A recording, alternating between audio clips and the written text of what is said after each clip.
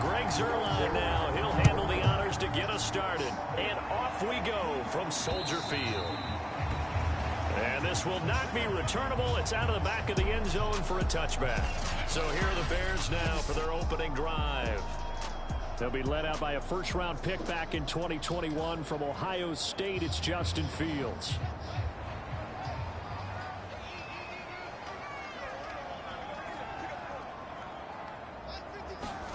On first down, it's Fields.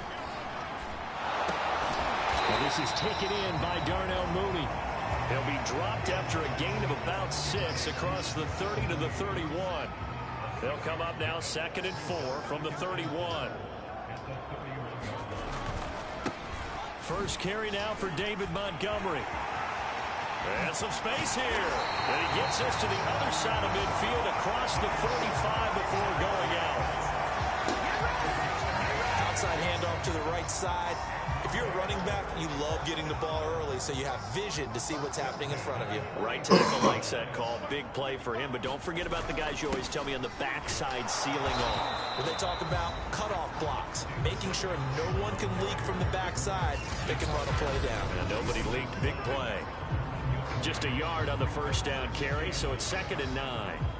Yeah, things were pretty stacked up there in the middle of the line. A lot of bodies, not much space. I think ultimately he was fortunate to get anything out of that run. On 2nd and 9, Fields. Over the middle, and it's incomplete.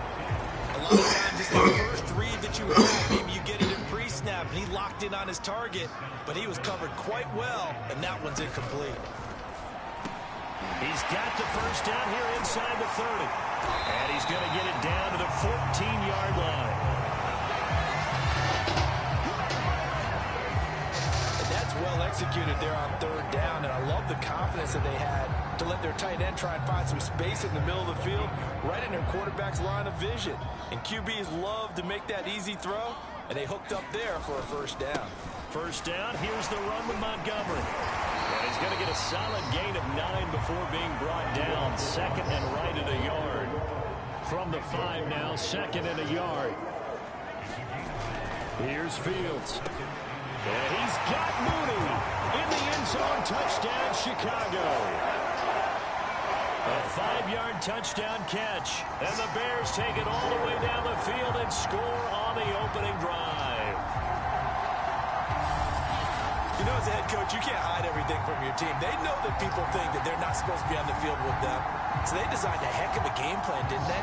Nice pass start, get out after them, and maybe let everyone know that they're here to compete. And get this home crowd behind them early as well. Yeah, that's a huge part of it, isn't it? Because you get the home crowd involved, sometimes you can ride that wave, and that gives you a little added pep. Santos with the extra point, and that makes the score 7-0. Now after the touchdown, here's Santos to kick this one away. Takes it at the 7. And his guys will get the football right at the 20-yard line. Now we'll see what the right arm of Dak Prescott has in store as the Dallas Cowboys offense sets up shop. It's been a lot of fun watching him advance in his career. Many people question his ability to throw the football coming out of Mississippi State. He's conclusively answered that question. In addition, a very strong runner and an even better leader. So Prescott and the Cowboys now with a 1st and 10 at their own 20-yard line. And he's going to get a solid gain of 9 before being brought down. 2nd and right at a yard. Well, it's time for them to be good teammates right here. What I mean by that is possess the ball for a little while. Get at least 2 first downs. Give their defense a chance to settle down a little bit after they give up the touchdown. I know what you're thinking out there. I know a lot of you are thinking, take a shot downfield. It's a great spot for it. I'd say maybe later in the game, definitely in the second half. But right now, I think they were just trying to get some momentum built. Get a first down, pick it up, and keep moving. The first down run for Elliott will net him about 5 yards. It's 2nd down. That's a really nice, tough run inside, and they gained 5 yards on it. And to be frank about it, most offenses don't expect to get 5 yards on a play call like that. So when they do, They go back to their huddle with a little pep in their steps. They're starting to think that they're starting to dominate the line of scrimmage. You were telling me this yesterday. This is exactly what they want to do on the opening drive, establish the ground game. Yeah, remember our conversation? We were talking about what one of the GMs in the league has told me repeatedly. It's a big man's game, and it's not necessarily size. He's talking about playing some big boy football. Line up, get leverage, knock people back, and establish the run early. No gain on the play. It'll be second down.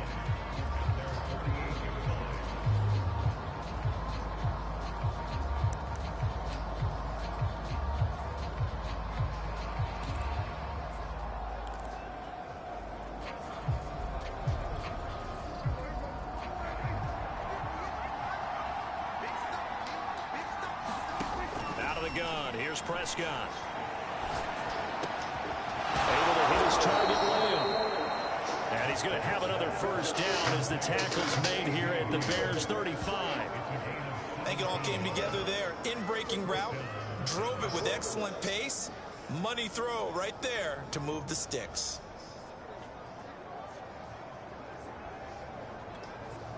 So into Bear territory now. This is 1st and 10 at the 35-yard line. They'll give to Elliott. He'll be brought down on the 30-yard line after a gain of 6. A quick burst there, and he nicely bit off a pretty decent gain. 6 yards on that last play. Here's 2nd and 4. The give is to Elliott. Oh, he's got a little daylight. Touchdown, Cowboys. 30 yards for Ezekiel Elliott. And the Cowboys are an extra point away from tying the football game. Well, they've done a pretty good job keeping him in check to that point, but he finally breaks off a nice run here and gets into the end zone. And it just takes one, doesn't it, partner? That can undo a lot of good work that a defense has done to that point. You break...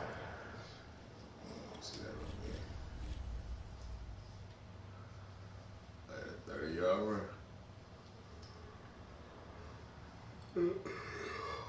30, 29.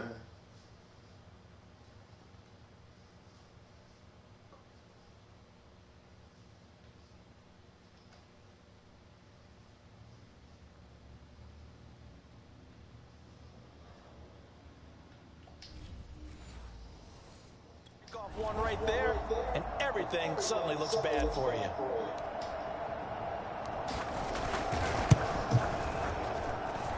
Zerline good with a PAT. And that will tie our score here in this opening quarter of play. So that drive takes him down the field in 8 plays. And it culminates in a touchdown run by Ezekiel Elliott. Each team's had it. Each team has scored. 7-7 here as the kick's away. And they will not get a chance to return this one as it's through the end zone for a touchback. Chicago works their way back onto the field here for their second drive of the game. That last drive, it was a good mix. Run, pass, defense on their toes. And what really... And he will go down. A Cowboys sack. Osa Odighizuwa able to drop him for a loss of 4 from his defensive tackle spot. And this is what you've got to do against a quarterback like him. You've got to keep him in the pocket and not let him get to the perimeter, because once he gets outside, that's where he can really hurt you.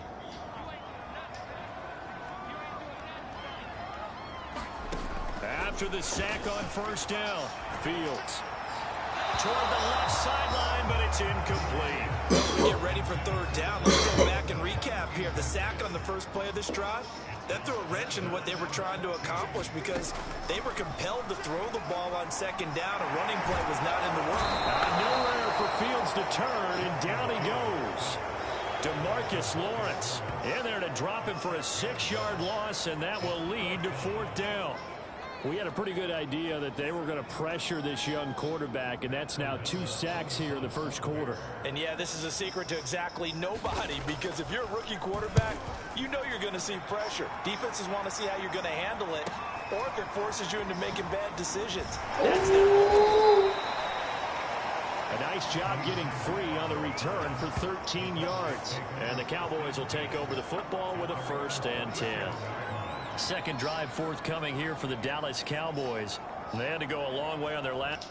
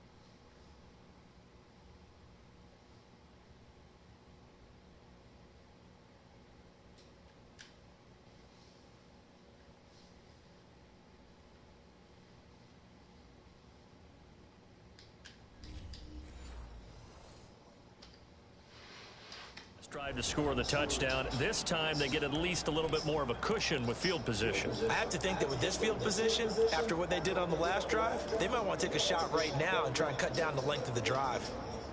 About set for this next drive by the Cowboys offense.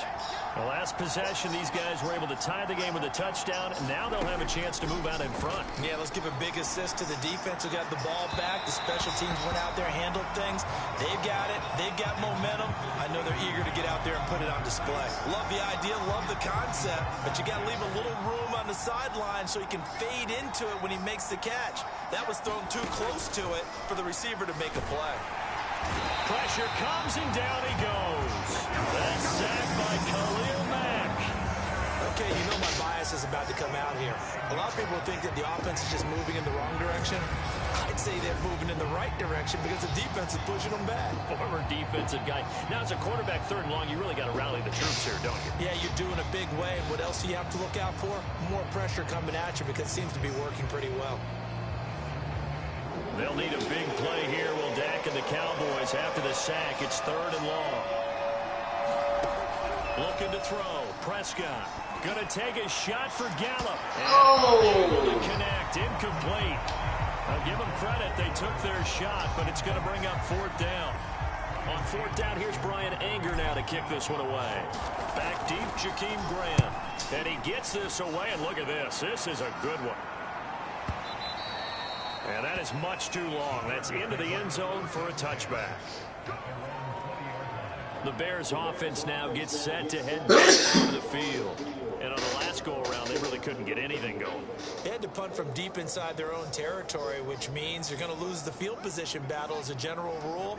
What they're looking for now is a little more consistency, move the ball at least a few times on offense, get a couple of first downs, and hopefully flip the field. Yeah, just something to build off of. That's what they're looking for here. Well, he tries to force it in, and it's intercepted. Picked up by Trayvon Diggs. And his guys are going to take over at the 34-yard line. That time defensively looked like they showed quite a bit of pressure but backed off, and it proved fruitful. They get the pick. He went through all of his rules about getting rid of the ball quickly because he read blitz. He saw all those people stacked at the line of scrimmage.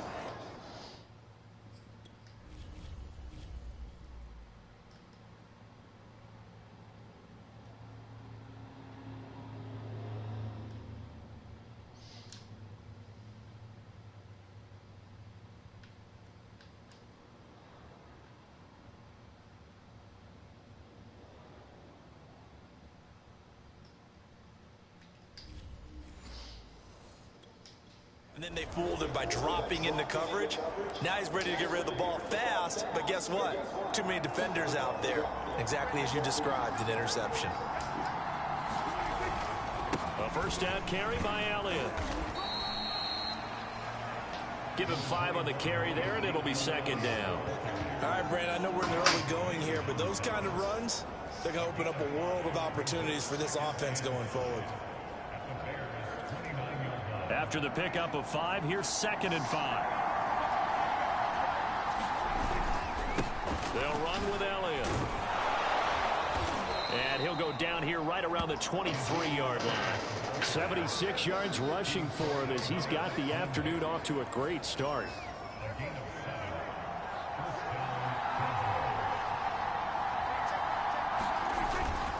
Tenth carry now for Elliott.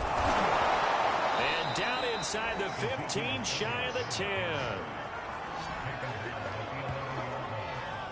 I think they like this drive a little bit better there, partner. Running game helping out, picking up some of the slack.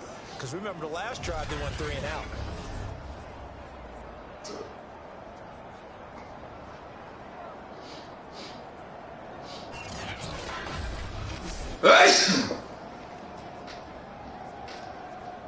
Now a 1st and 10 at the 11.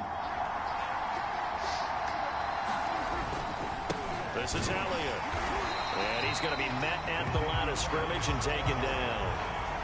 The tackle by Robert Quinn. I think what we just saw there, partner, was linebacking speed that can trump O-line power. We see that at times because he filled the gap before the offensive lineman could get to the next level and take him on. So after the run for no gain, here's 2nd and 10. And he'll hit the slant route. That's caught by Cooper. That's tough down. Are going to be set up with a 1st and goal on a pass play that moves them all the way down to the 1. And remember, this drive started off following the turnover. And they've taken no time working their way down the short field. A nice connection there, and now they're looking at a 1st and goal. Elliott is not going to get in. In fact, he'll lose a couple of yards back to the 3. It's a loss of 2 there, bringing up 2nd down. That's a really alert defense there because they saw the heavy look come in from the offense, countered it with extra linebackers who brought a little bit of speed and heft, and able to really make a big-time play for their defense. And they will stop him after a fairly minimal pickup. After getting stuffed on 1st down, not much better there. 2-yard gain. Now, they'd really like to make the short field pay off. We'll see if they can, but this is 3rd and goal. He'll try again, and he'll get in. Touchdown, Cowboys. Chewo-Olalua. Fine work there on the touchdown run. And the Cowboys have taken the lead. So the 2nd down run didn't work. They run it again on 3rd down and get in. I wasn't sure if they might pass it, Charles. We know that they like to mix it up down here around the goal line. Yeah, almost felt like the offensive line said, forget mixing it up. Let's call our favorite running play over our best blockers, and let's get this one in. Ah, you bitch. And his kick is no good. It's an early miss. We'll see if that has any ramifications later here as the afternoon wears on.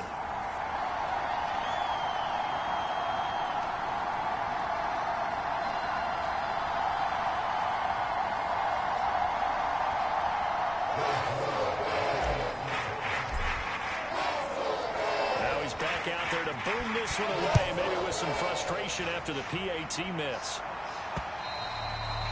And that'll carry over the back line of the end zone for a touchback.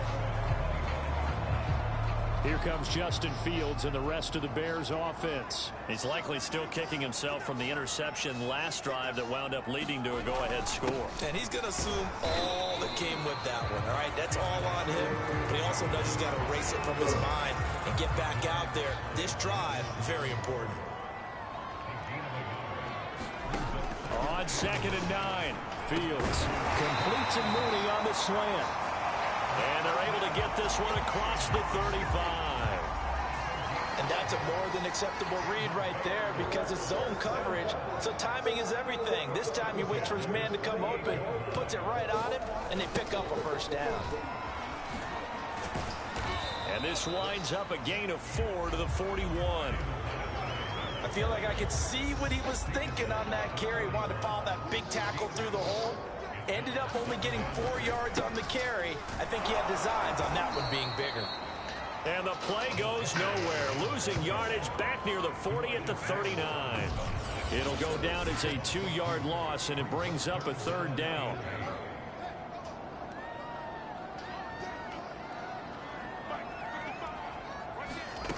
Now Fields.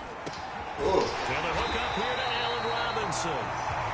And he's going to have another 1st down here as the tackle's made at the Cowboys' 40. That's a play that will likely be forgotten when you talk about big moments in this game. But plays like this are critical to keep drives going. And if points result, we'll call this play significant.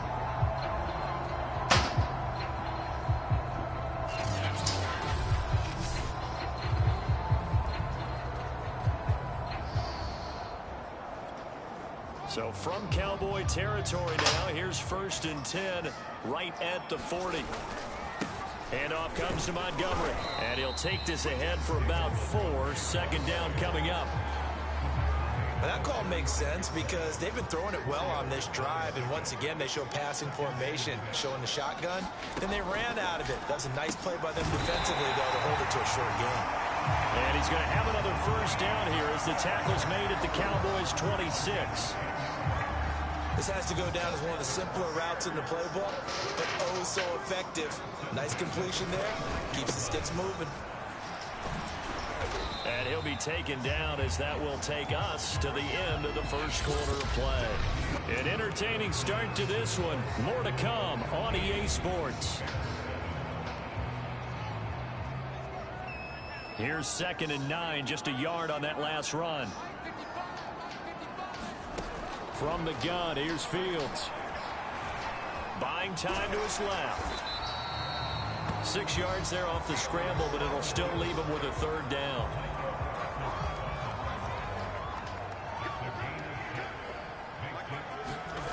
Now it's Fields. And this is going to be incomplete. They really had a good drive going there, but a nice recovery by the defense these past few downs, able to knock that one away on 3rd down and bring up what I think for the offense, an unexpected 4th down here. Santos' kick is up and through, and that will cut the lead back down to 3 at 13-10. So the margin shrinks there as they get the field goal to draw them a bit closer here in the 2nd quarter.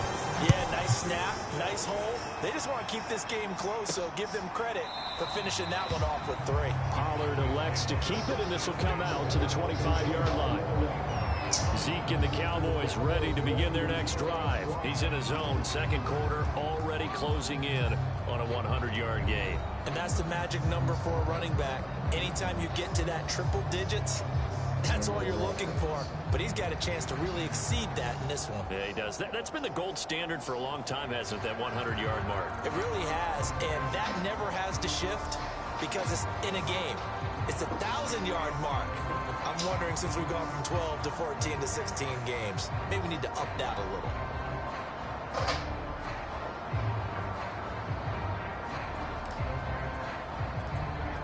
So Prescott and the Cowboys now with a 1st and 10 at their own 25-yard line.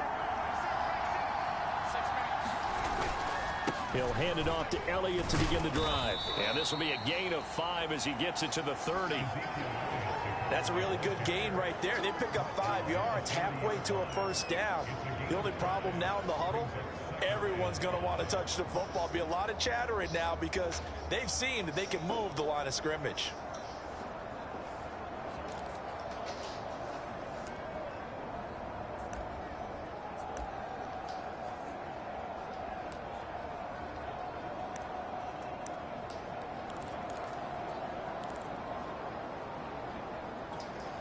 The 1st down run got 5. Here's 2nd and 5. Now Prescott. And this one incomplete. Too much contact to hold on to that one, and it's 3rd down. He did an okay job of absorbing the hit, just couldn't secure the football through the catch. And he was right there on the spot and forced the incompletion. That's something defenders work on all the time. If you're there, make the contact, but continue to work your way through the receiver so that you can't possess the football and turn it into a catch. Prescott from the gun on 3rd. And this one is incomplete. That's an excellent job right there on 3rd down. Like any defense, you never want to let them get anything started, and that would have been a 1st down. Instead, you saw the contact on time, no penalty, and before this drive could get wings, it's 4th down. Officially, that'll go as a 52-yard punt. Not too shabby. And the Bears take over. The Bears offense ready to go for their next drive. And after the field goal last time, we'll see what they can get here. At least they got points out of the last one. And he's going to be brought down. Back at his own 6-yard line. Randy Gregory in there to bury him for a loss of 11. Throwing on 2nd and long. Fields. Now he steps away. Damn, I had no gain on the play, and it'll bring up 3rd. Damn it. Well, the defensive guys won't be real happy because there won't be a sack on this play because he did get back to the line of scrimmage. But what a job they did overall. Hemmed him in and gave him nowhere to go with the football. He'll get this into the hands of Bird. And he'll be out of bounds right around the 14.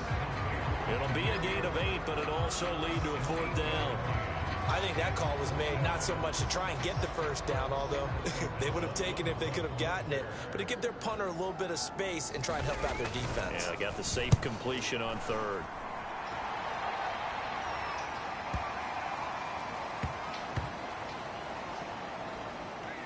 Oh, and what a play on special teams here. This is going to be down inside the 5, all the way down at the 2-yard line. And he's got to be fired up about that effort. I don't think he could have walked down and placed it any better than where he ended up putting the football. That was excellent. And let's gaze our attention on Ezekiel Elliott. He's been good. His guys are winning. So far, the recipe working here in the 2nd quarter. And he doesn't like to just tote the rock. He wants to carry his team on his back. And that's what he's done throughout this game. Yeah, he's done that. He'll be hoping to continue that trend. So the completion results there in 9 yards. And it'll be 2nd and about a yard to go for the 1st.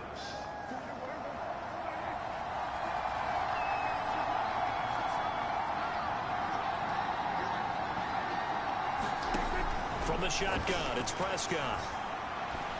And that'll be incomplete.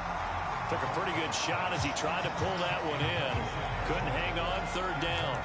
Have to give some credit to the defender on that when he read all of his keys perfectly and got a great break on the ball and able to force that incompletion. Now a handoff here to his running back. And he will get the 1st down as he's up to the 20-yard line. I think I saw a lot of shoulders just drop there. And what I mean by that is they finally were able to relax a little bit because that was an important play call. They needed to pick up that 1st down at this stage of the game. Yeah, couldn't afford another quick drive and out.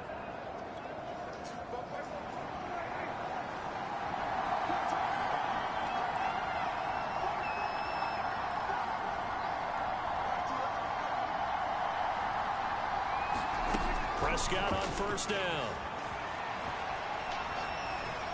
He'll fire this deep for Gallup.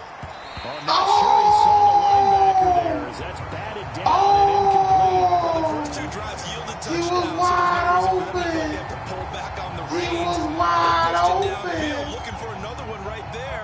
Didn't get it, but we know they're going to continue to be bold. 2nd and 10.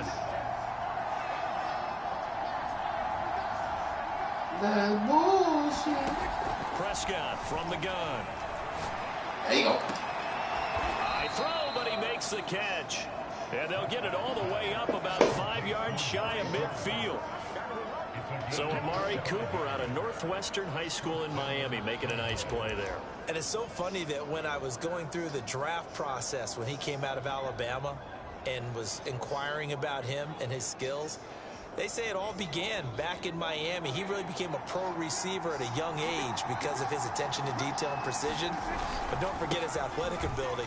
That's what made that catch there. He did spend 1 year with Teddy Bridgewater as his quarterback there, so that helped back in high school. Danny Trevathan there to bring him down.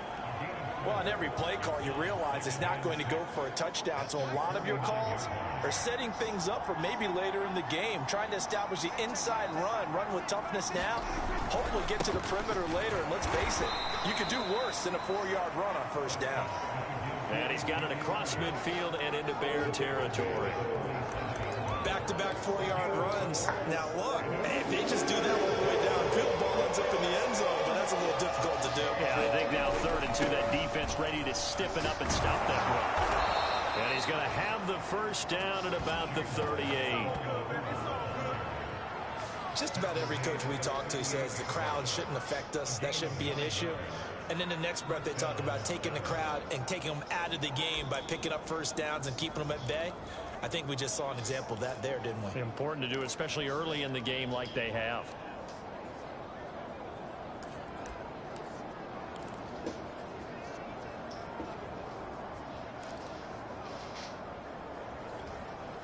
So here's a 1st and 10 at the 38.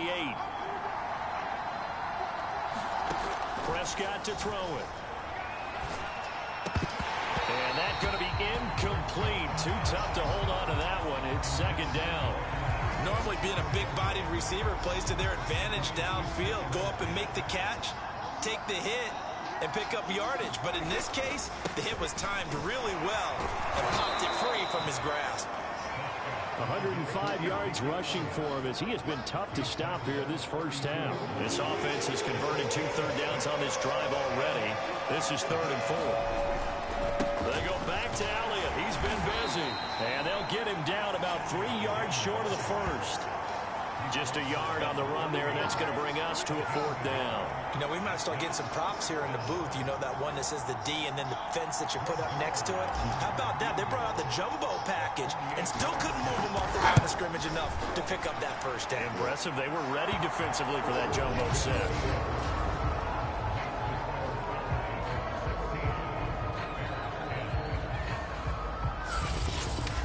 So a nice kick there as they add 3 to the lead. And from what I've seen so far, Brandon, I think they've been the better of the two teams here in the first half. So even though you want the touchdown, I think that's a nice job there to put 3 points on the board. Jakeem Grant now to return. And he'll be tackled just shy of the 25. Here comes Justin Fields and the rest of the Bears offense. At the line, prepping for their next drive, the Bears offense. And they're coming off a 3-and-out, my friend. I think they've got to look at that play sheet and go to a spot that they haven't gone before. Time to shake things up a little bit to try and get this offense moving. Okay, so how do you do that? How do you shake things up? You look at what you've called before, realize it hasn't worked Go to so something well, else. and maybe try and find one of those special plays from one of your better players. And the Cowboys' pressure gets there this time for the sack. It'll go as a loss of about 6, and now it brings up 3rd. So that now 4 first-half sacks. This pass rush has been unrelenting. And, partner, you hear that sound of paper being ripped to shreds? That's the game plan that they've had so far because they've got to say to themselves right now, we have to do something differently. And this will be caught by Mooney. And he'll be brought down at the 28, and that is well short of the first. It'll be a gain of 8, but it'll also lead to a 4th down. Here's Pat O'Donnell now as he's on to punt for Chicago. He gets us away. It's a good one, drawing toward the sidelines. And this is going to be ruled out, I think, just inside the 20. Yes, it will. Side judge calls it at the 19-yard line. Ezekiel Elliott gets ready to go again here on offense as he shuffles onto the field. He's already cruised past the 100-yard mark. We haven't even gone away for halftime yet. He might not want halftime. All right, why cool off? Keep everybody here. Let's stay out on the field and keep going. But all that being said, everything is really working well for them. The play calling's been excellent. The blocking's been terrific. And obviously his vision and legs have hurdled him to this big number so far. We could be seeing something really special here. And we'll see how much they give him the ball here. Now a throw here to his running back. And he's taken down but able to slip across the 35.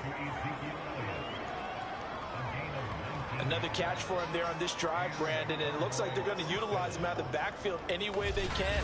And that time they pick up a first down. So now on defense, do you assign a man to him and try and cover him before he gets going?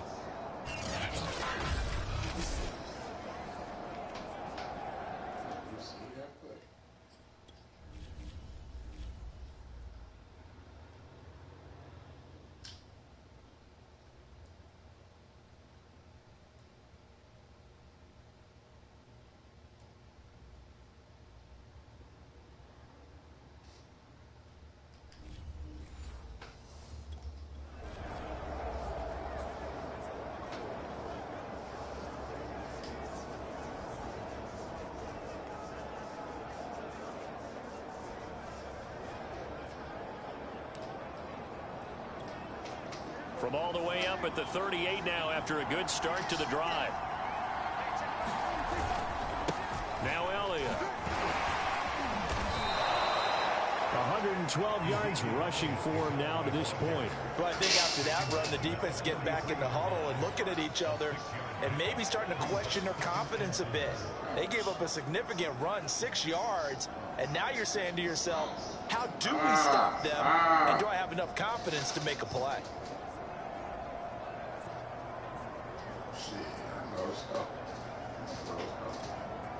The last run got 6, now 2nd and 4. Here's Elliott. And he'll be brought down just shy of midfield at the 49-yard line. Partner, those are back-to-back 6-yard runs, and if they're going to continue to get those types of plays, shoot, you just keep running the same stuff, don't you? Yeah, it was 1st and 10, then 2nd and 4, now 1st and 10 again.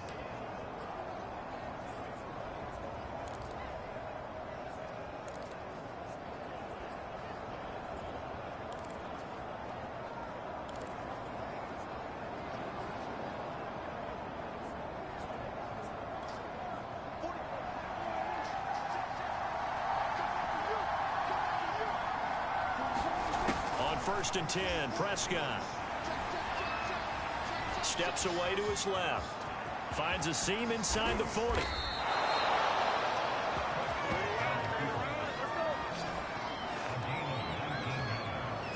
Man, defensively, that hurts. They got him out of his rhythm. They had him hemmed in, but somehow he was able to tuck it away and get away for a gain.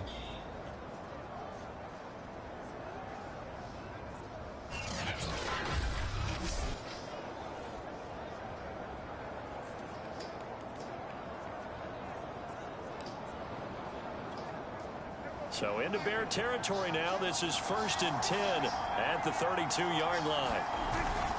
A 20th carry here for Elliott. And he'll go down at the 26 following a gain of 6. And that looked like some pretty easy yardage there right up the gut. And he's a guy that has some height to him. So when you don't have to drop a shoulder or create or get through contact or trash, it makes it a lot easier to stay upright, see the field, and make a run as we just saw there. And he's able to get it to the edge of the red zone at the 20-yard line. We both know it's difficult, but they've made it look effortless out there. Through the air, on the ground, they've moved the ball with relative ease. And we've hit the 2-minute mark in this first half of action.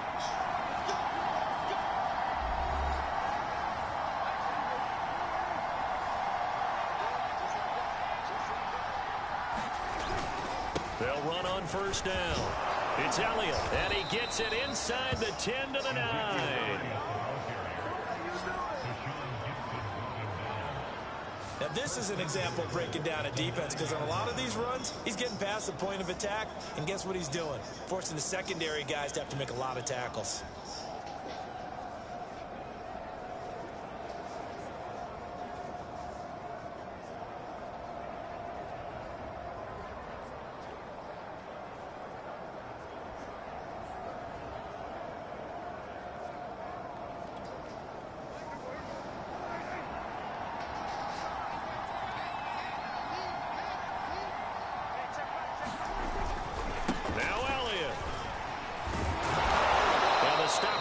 Inside the 5 at the 4. It'll be a gain of 5 there as they move closer. It's 2nd and goal.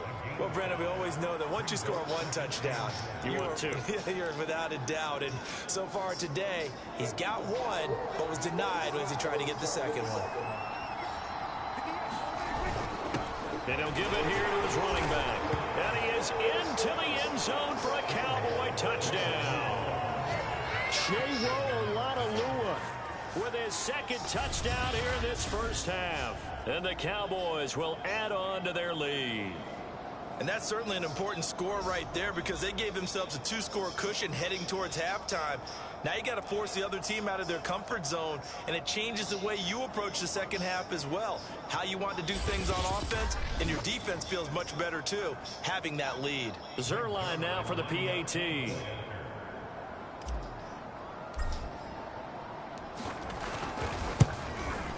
He missed one earlier, remember, but this time he gets it to go. A good drive that time as they go 9 plays in all. And it results in a 4-yard touchdown run. Now after the touchdown, it's Zerline will kick it away. This is Jakeem Grant.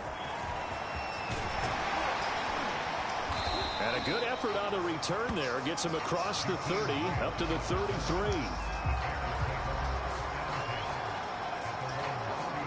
The Bears offense ready to go for their next drive. And with him down 2 scores, you wonder if they might try and put something together, even if it's just to get into field goal range. And able to get this one across the 45 before he's brought down. Now the Bears going to call the first of their timeouts as they'll stop it with just over 40 seconds to go in the first half. On first down, Fields. That's complete right side to Kmet. Now the Bears going to use the second of their timeouts as they stop it here with just under 40 ticks to go in this first half. Options galore here. Second and a few inches. Fields now to throw. Escaping the pressure right. And he's going to be out of bounds down around the 35-yard line. We've seen the pressure get to him several times in this game. There, though, we see him escape it. And we've seen this rookie video before as well. That type of pressure, oftentimes, what do you resort to? Your legs, try and escape. What you hope is that this doesn't become habit for him. He rifles one that's intercepted. Picked off by Anthony Brown. And the Cowboys are going to take over at their own 41.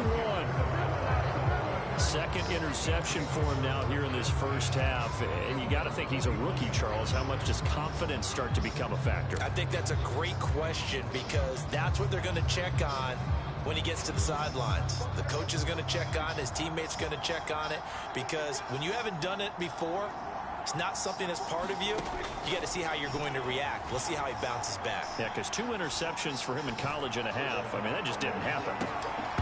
Looking for more first down, but this throw downfield incomplete. One thing I know from experience is that when the deep ball is thrown and you're the defender, you've got to fight that little bit of panic that emerges. You've got to play the ball really well. It's a 50-50 jump ball play.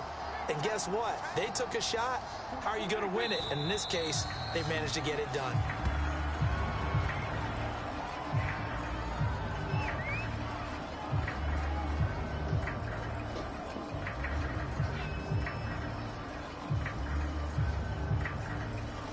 So we have reached halftime here with the visiting Cowboys out on top. As we'll send you down to Orlando, we check in with Jonathan Coachman for our EA Sports Halftime Report. Coach. Okay, right, Brandon. Thanks very much. And welcome in, everyone, to this slimmed-down version of the EA Sports Halftime Report. All right, Brandon, thanks very much. Welcome, everybody, to our abbreviated version of the EA Sports Halftime Report. This game's had a little bit of everything thus far.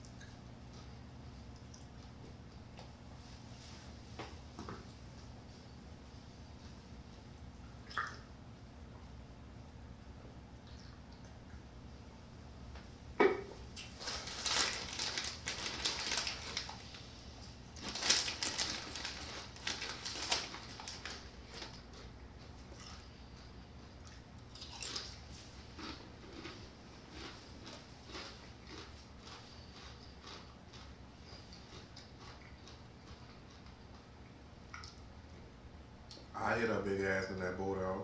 Mm-hmm. Like hit Kelly in that bulldog.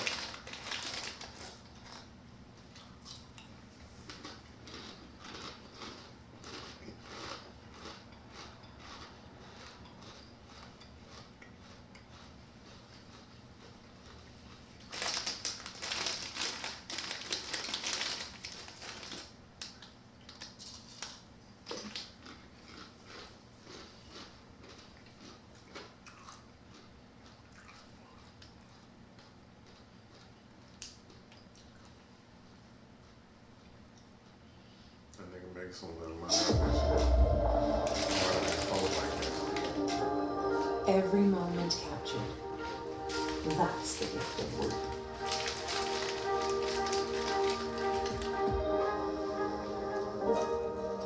Unlock the health and fitness insights that matter most.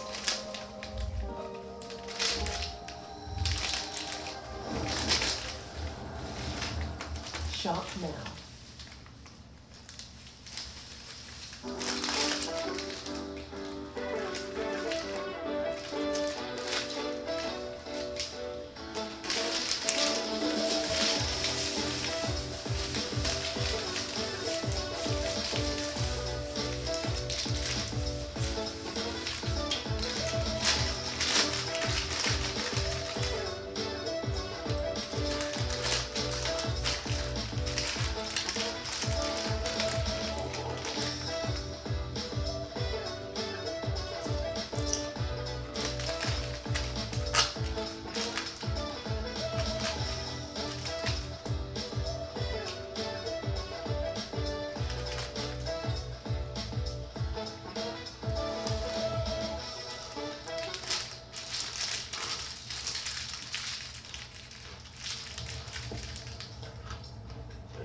Trigger finger ready to light this thing up. We in the hood with y'all know what time it is. Real street, real action, real bing bong, bing bong.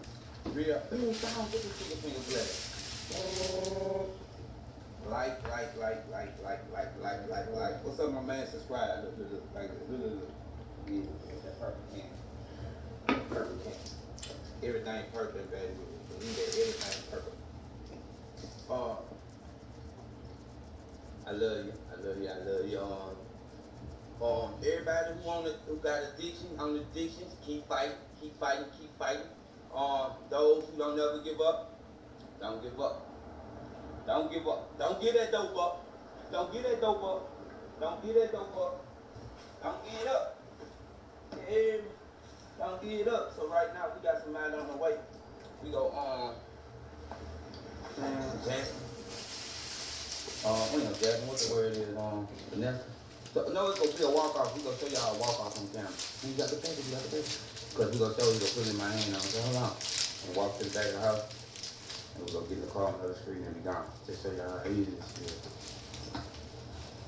No gun necessary. Just get close to him. Snake him if you need life.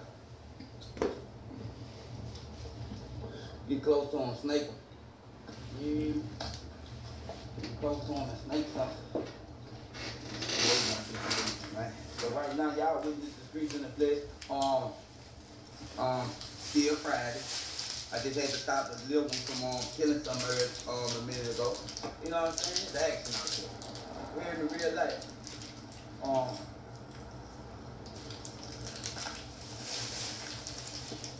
I don't got my partner jealous of me. My other partner, he talking about he's finna buy a whole car for income tax. He don't have a car. Yeah. It'd be wild, you know what I'm saying? I could talk about all kinds of shit. You know what I'm saying? I could talk about how my other partner, he dated up, went to jail, cried around for bond money, was not able to rake up any bond money, and did his like 2.5 months or whatever till they hit him with the let him go. In other words, offering probation. He gone. You see what I'm saying? He riding in the car with the clown. It's just wild out here in the streets. You hear me? But Baton Rouge, you know me, I be preaching to him, man. You got to use your brain. Stop being a follower. Stop being a force player, nigga. Stop being think for yourself. You hear me? Think for yourself, bro. I tell each and every one of y'all, think for yourself. If you make a mistake, you make a mistake. Ain't nothing like making a mistake from somebody else's idea. Yeah. Ain't nothing like making a mistake for somebody else's idea. Yeah. It's just gangster like that.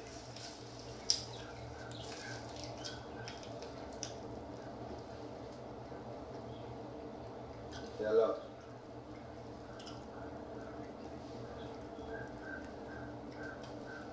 Record. What she did? I'm finna put that, man, watch this. I'm finna put that, hold on, watch this. Nah, the mother just what's up. They down the street, where dad at? I'm finna put that iron to his head. He down the street, I'm finna put that iron to his head. You think I'm not what? What? Alright, see around, let him run. I'm finna put that iron to his head. I know what mom and dad are, I'm finna put that iron to his head. Let him run. What's going on with you? What's that, boy? I'm a social learner. I'm a collaborative person. I love the energy of learning in a group. I get excited when I connect face to face and I can bounce around ideas with different people. And challenges, bring them on. That's just more opportunities to brainstorm together. I want to see my career take off and create an amazing future for myself. It's simple. Keep learning, keep succeeding. This is learning, my way.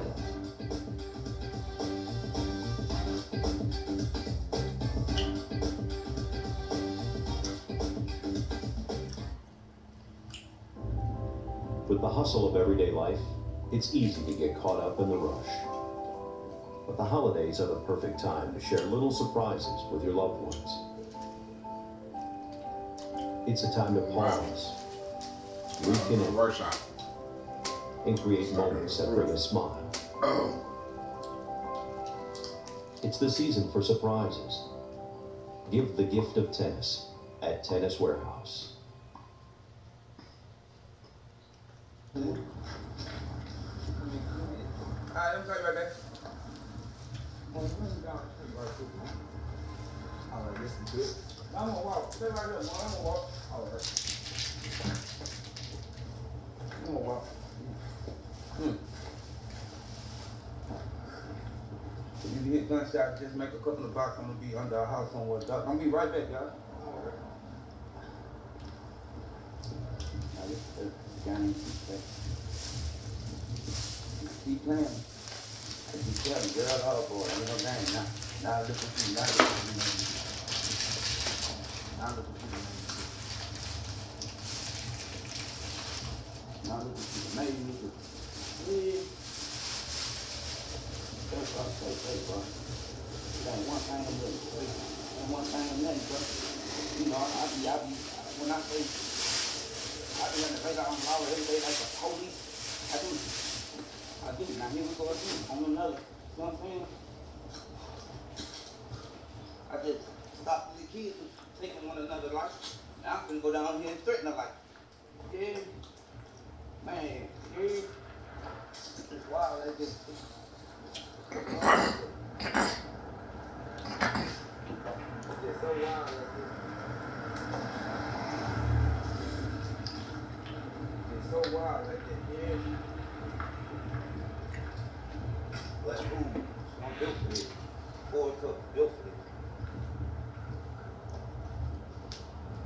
Can't get bucked. I was built for it. So, I put that iron to the head, just like I said. I put that on my spring on my iron to a daddy heat. That iron to a daddy heat. I'm telling you, you feel like me. That iron to a daddy heat. You know what I'm saying? What would I be if I left this bitch on the dresser? Fuck. Too bad. You making me mad. Right.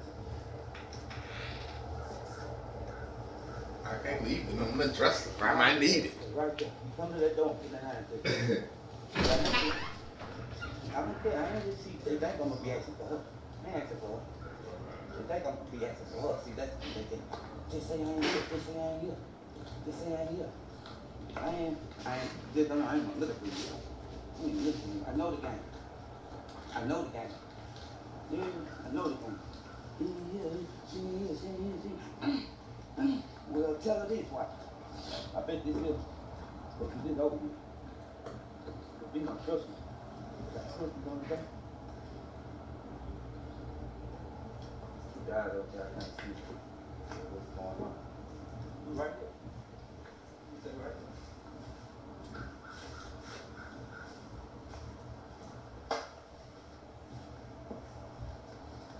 Like the police can never get directly in front of money. Like the police. What's up, man? Hey, what up? Man, wait, let me talk to you, bro. Man, what's going on? See you in there? Yeah, he's up. See you in there? No, she's not here. I was looking for it, man. Man, what y'all got going on with her, bro? Just get out the house. See you in there? Man, I'm telling you, I'm gonna have to use this on her, bro. I'm telling y'all now, I'm gonna have to use this on her, bro. I hope.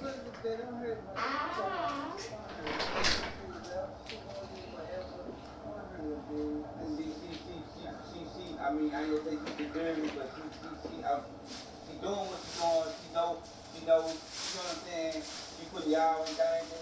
She putting y'all in danger and stuff. You know what I'm saying? Yeah, I told her that she knows, but you know what I'm saying? They kill people and stuff. She knows this, bro. You know what I'm saying? Then, but I do what I told her. I told her I was gonna put it to your head, bro.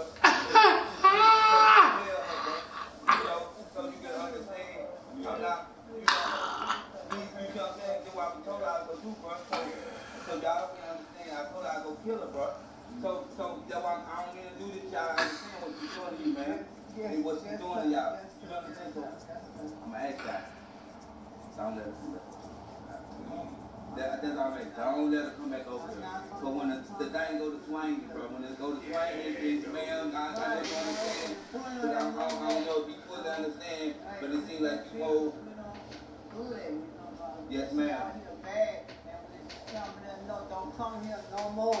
Please. No more. Please. Came here looking for you. You got insurance? Y'all got insurance on? I'm telling you, bro, get insurance on and just make sure, but just don't let her come in no more. Get insurance. I hate to even come, but I'm being so upfront with y'all and what she's doing. She's supposed to be. So that's the level zone, bro. So I just want to let y'all know, I'm going to get out y'all ass. I appreciate you. No. I appreciate you, ma'am. Just don't let her, please don't let her come, because ain't nothing I'm going to be able to do. I'll come over here, no more. Yeah. I know. I'm going to just tell her about this. All right. The thing that I was saying, that everything, man, you know what I'm saying?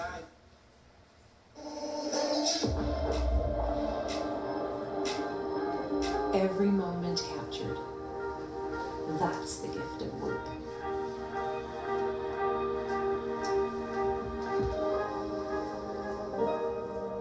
Unlock the health and fitness insights that matter most.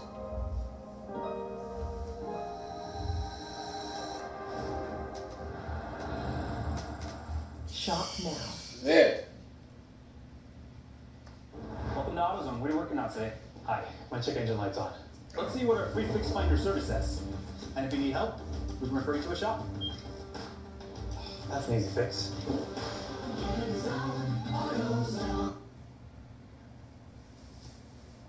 See, when the thing, I ain't get no voice on. Now it's just the middle. It's just the simple fact that when the people who people supposed to be loving, the people who they love, that they will put them immediately in fire. In fire. Why you putting you in fire? Why you putting you in your fire? See, it's too small. People can't get it.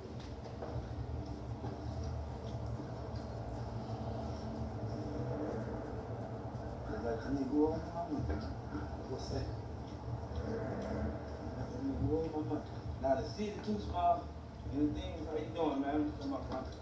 And it's just, when you do things like that, things come back on you. They come back, they follow you back home, they follow you back to situations, you know what I'm saying? They even beat you to your mama's house, they beat you to your family house. You didn't know what you're playing with, know what you're doing. You hear me? I'm a 1992 gangster. You hear me? I'm a 1992 speaking. You hear me? 1990, 91, 92. You hear me? When the death rate was the highest ever. You hear me? For the streets. Man, I stopped playing. You hear me? So, now this is, now, I begged her and him. I heard him mom and stuff that I was going out, walking out. He didn't say no words with the thing since then. He thought it was a game. But I heard words mumbling out as I was walking out. Pray for everybody. It ain't no game. So when you go to swinging and banging, just know it's chopper season right now. Just know it's chopper season. And chopper go swing. Anything he hit. When I swing this thing, try to be beer, just it, itty bitty goody woody, whatever. Like this thing up, hype this thing up, man. Hop on TV. Make up.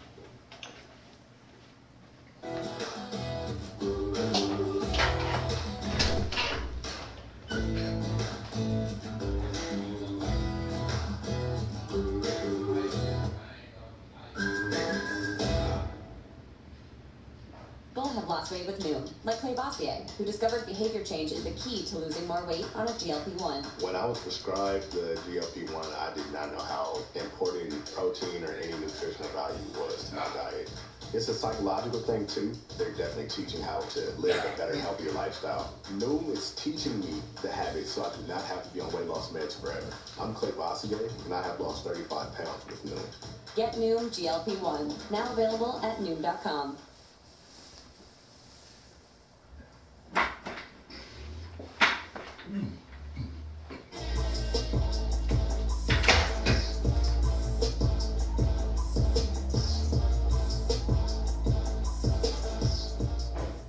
What it good be? Hope he's gonna shoot me. It's your boy N-O-R-E. What's good? It's DJ EFN. This Drink Champs Happy Hour. Make some noise! I want to listen with this guest that we're about to introduce. The last time he came on our show, he said, "Brothers, we gotta go back to Africa."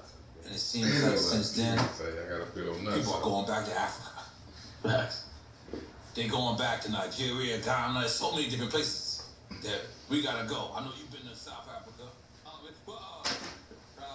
This man, we just went through his discography. When I tell you he got hits upon hits, he almost remind me of the Seal of this generation. You know how Seal, no one ever fuck with what Ray Seal was. He just made the best music and everybody said, "Fuck it, you roll with Seal, goddammit."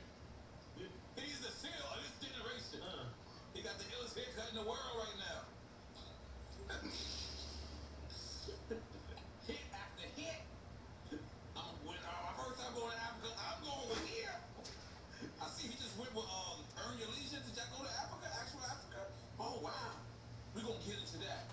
We're going to get into everything. But in case y'all don't know who we're talking about the one, the only motherfucking Akon.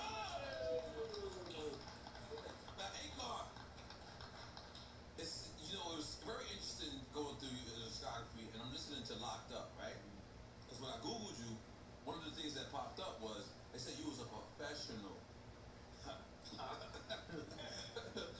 car thief. And you kind of said it on Locked Up just now. And you said my car is stolen. I ain't got no registration. I said it's stolen. We know you would tell me. No, but because when you Google you, that's actually something that comes up that says that I believe you said it on a different platform. So you used to, this is New Jersey, I imagine. New Jersey Drive shit, huh? New Jersey Drive. Yeah. So how after someone come up to you and says, let's just, because you're a sophisticated car stealer. Like, you wasn't like popping shit. You was taking serial No car. I think it's mine. There was how do you start this shit with it? You gotta break the ice. It's no. Just expect that every time. But how did that happen? Well, getting back to the past, it was like I was never the kind of person when it came to it's interesting. Like I think I say the word that I kind of used to I was surviving because it made me feel better about it. Right. But that was nothing for me about. It was nothing really for me to survive because my parents were actually really wealthy. You know, we lived like I was living in Jersey. We lived in a 3-story house, just me and my older brother. Wow. You know what I'm saying? So we had the whole house to ourselves. Now when I think about it, we were just bored as hell looking for something to do. You know what I'm saying? But what was interesting was, as I started watching a lot of my homies, you know, they were selling drugs. Lying. And I didn't understand. You're lying. Stop lying. These niggas would be like, rain, sleet, hail, snow. Born in Senegal? I was born in Senegal. You were born No, in St. Louis. Oh, St. Louis. In St. Louis, I was raised in Senegal. Raised. Yeah, I was So raised what in age Senegal. were you there? In Senegal? I was in Senegal from birth. I was born in Senegal. I mean, St. Louis. Shipped to Senegal. Then when I was about 7 or 8, that's when my mom and pop brought us back to the States to go to school. And every summer we would go back to Senegal. Wow. So he wanted to, pretty much my dad just wanted to make sure we was all born in the U.S. You know, he's always forward thinking since then. Right. He wanted to have a U.S. passport. Yeah, he wanted us to be U.S. citizens so we would never have immigration issues. So he was always thinking about the future. Damn. Yeah. Smart. You know what I mean? So when I came here, it was just a matter of adopting. And I think a lot of my children just wanting to be, accepted right. amongst the crowd. So that's how I got caught into, all the things that I got caught into, including cars. Because cars made me feel special. You know, I was young. I could drive into the most elite vehicles. And then I ran with the narrative that I was an African prince. You know what I'm saying? So you was using that back then? yeah, I was after coming to America, I was like, shit. You know what I'm saying? That's so motivated, yeah. Because I was working at this barbershop, man, and I met this Jamaican dude that was like, yo, he was in the cars, and I was like, man, every time I see you in a different car. And one day he's like, little boy, let me show you something. He took me to the spot, I was like, wow. I was mesmerized. I was like, how much are these? He was like $2,500 a piece. I said, what?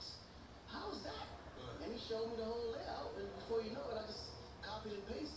And you know what I'm saying? So now, like literally every other month now, I would come to school in a different car, and he was like, yo, where, I was like, yeah, I'm an African prince. And they believed it because of the whips that I was driving in. So then I said, this could be something, that I can actually make a career out of. Now, that's how I'm thinking back then. Right. So I was just trying to figure out the best way to do it. Then that's when Atlanta hit me because I was getting out of high school, graduating. My pops and my mom's in Atlanta because my dad was a professor doing culture exchange at Clark Atlanta University. And that's when they just had the Olympics going over there with Freaknik and everything. I'm going to say Freaknik. You know what I'm saying? So when I went out there, I saw all these just young, black, just really successful black people. I ain't seen that many black people successful in one city since New York. You know what I'm saying? Like, it was. Not even in Africa, you ain't seen? Well, nah, because I wasn't there long enough to understand what that was at that time, So that was just different. But I saw a lot of new athletes coming out, a lot of artists out there, and then everybody was driving. So I was like, this could be the spot, So that's when I just set up shop. New Jersey. In Atlanta. He said everybody's driving, so it's a market for it. It was a big market for it. I'm like, y'all paying well, at that time, 150,000 was probably the most you pay for a car, but those was even the super high line. Because at that time, even $90,000 was a lot for a Porsche. You know what I'm saying? So if I can get it to you for like 10 grand, you was legit into that. Oh no, that wasn't like a pastime for a teenager. It became a real occupation for me because I started finding the ins and outs. Like most people will go out and jack people for cars, and then of course me it was always the biggest profit for the less jail time. So I started studying the law, and I realized, man, joyriding charge is a misdemeanor. You get out the same day. Wow. But the only way you can get hit for a joyriding charge, you actually have to have the key. So if you actually have the key in the car, it's considered a joyriding. So I was like, if I can get the keys. Get keys in the car. Exactly. You can't let the trade secrets out. Right. There's other people. There's still people out there outside. Yeah. Now, the stuff back then, you can't even do it today. Now you got the navigation, you got OnStar, you got cars. On your phone you can track your vehicle. So it's like, so the crazy part. So what I ended up doing was I started going to the dealership and start peeling keys. And pretty much what that means, like, you just go and if you see a key on the table, you just grab that bad boy, go to the bathroom, hit the click, see which one opens up, and if the car light up, jump in and pull out, right? At the dealer. At the dealership. Because you understand, car dealerships is mad busy all the time. Yeah, they can't keep track of everything. You know what I'm saying? They're not even thinking about it. They see you in the car pulling out, they think you test driving or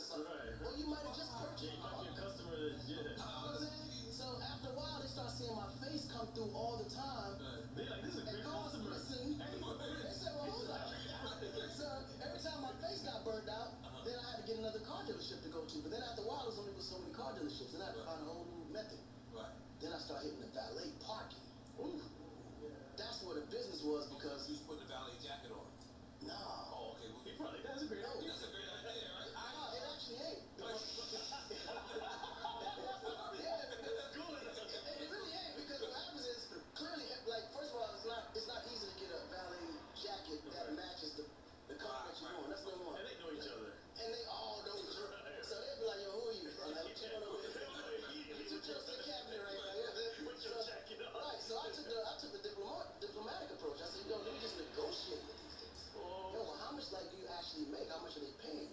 They was making like, $50 a week plus tips. Wow. And I'm like, well, even with tips, how much do you actually make? They said, well, pulling off maybe $200 a week. I said, all right, cool. If I give you $1,000 a week, $1,000 a week, guaranteed. You just give me the spare key of any car that got a spare in it. Wow. And so you don't take it there, you take it when they go away. Boom. Wow. If you can do that for me, every time you get one, just give me a call. Right. And all I need is the key and a piece of mail out there with an address. Wow. That's all I needed. So boom, they will get that to me. I just wait maybe a week, 2 weeks later, pull up late night, car me park right there in the front, jump in, out. Whew. And that was it. Like, it was a real business. Wow. But then don't forget, you still have to get the paperwork done for it. You got to get VIN numbers and all that. But so, the beginning, you just selling hot cars. You get caught, bros, drive at your own risk. Right. All right, the car's only $500, though. Like, just, these are squatters, right? But then once you build up enough money, create the pawn shop. I mean, what you call it? Chop shop. The chop. So then I had a chop shop where I had some Mexicans over there that was super dope with cars. They Big up to the Mexicans. Big up the Mexicans. They would chop it up for me, change the serial number. Then I had to get it registered. This is where the finesse has to. Registered to DMV? Yes, it has to come back. Okay. So I would go to DMV and I would just look for the most vulnerable, insecure, overweight chick. I wasn't ready either. I'm about to go there. I should have said the story. So, you just finesse her, take her out to eat. Sell the dream, You just dangle the carrot, though. You never beat. You never hit. You just always make her believe that one day it's going to go down. And she'll just do anything for you. So I was like, look, baby, right now I'm going through some things. I got a few vehicles that I got, but, they ain't paid me for it. It just came off the truck. She was completely dreaming. Like, they didn't have no clue. I just need you to get these registered for you, man. Every time I sell one, I just give you some money out of it. And that's all it took. And before you know it, every car we got, chopped it, got it registered, then now we in business. By the time we start selling Atlanta, there wasn't nobody that was coming through Atlanta that would get caught from us.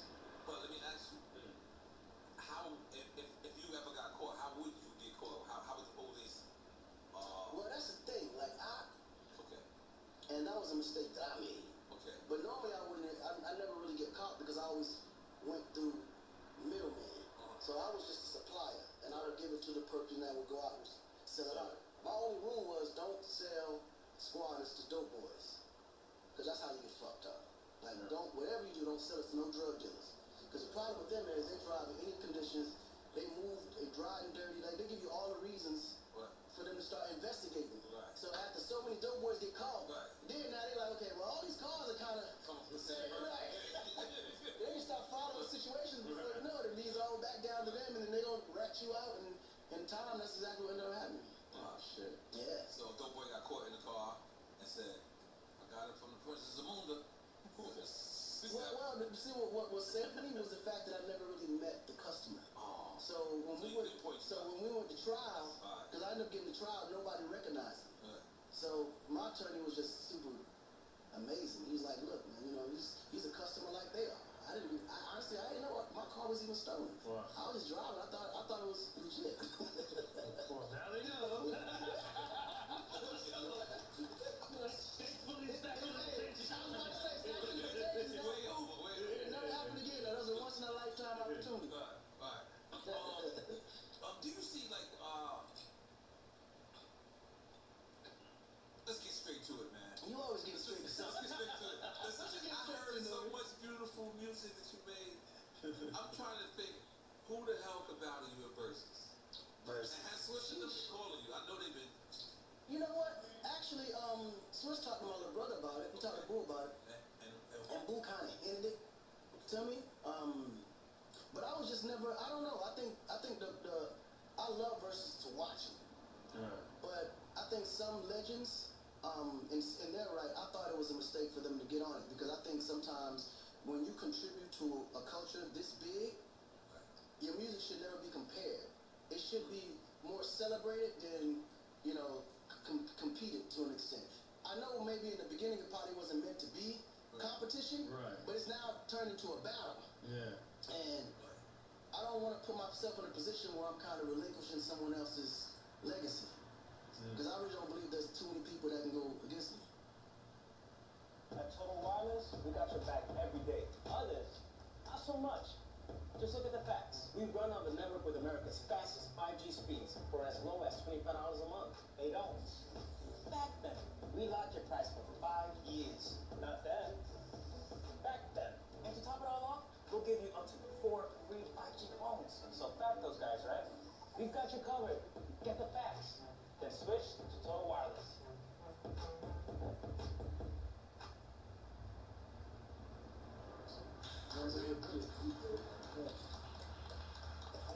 So basically, you're going against yourself. That was the most humblest, cockiest shit I've ever heard. It was humble and cocky at the same time. No, it's real. No, but off top, which would be dope. A lot of people always compare Lil Wayne to Drake, and they said if they were to do it together. But it wouldn't work because Well, you and T-Pain? Lil Wayne found Drake. That's like me finding T-Pain. Like, I gave him all my secrets. I gave him all my resources. I created the monster that's going to come against me. Like if anything, I'm going to sick T-Pain on everybody else. Pass him, then you get to me. Wow, you and T-Pain, double teams. I like that. Now, that'll work. Me and T-Pain together against somebody else all day. Because T-Pain love that kind of smoke.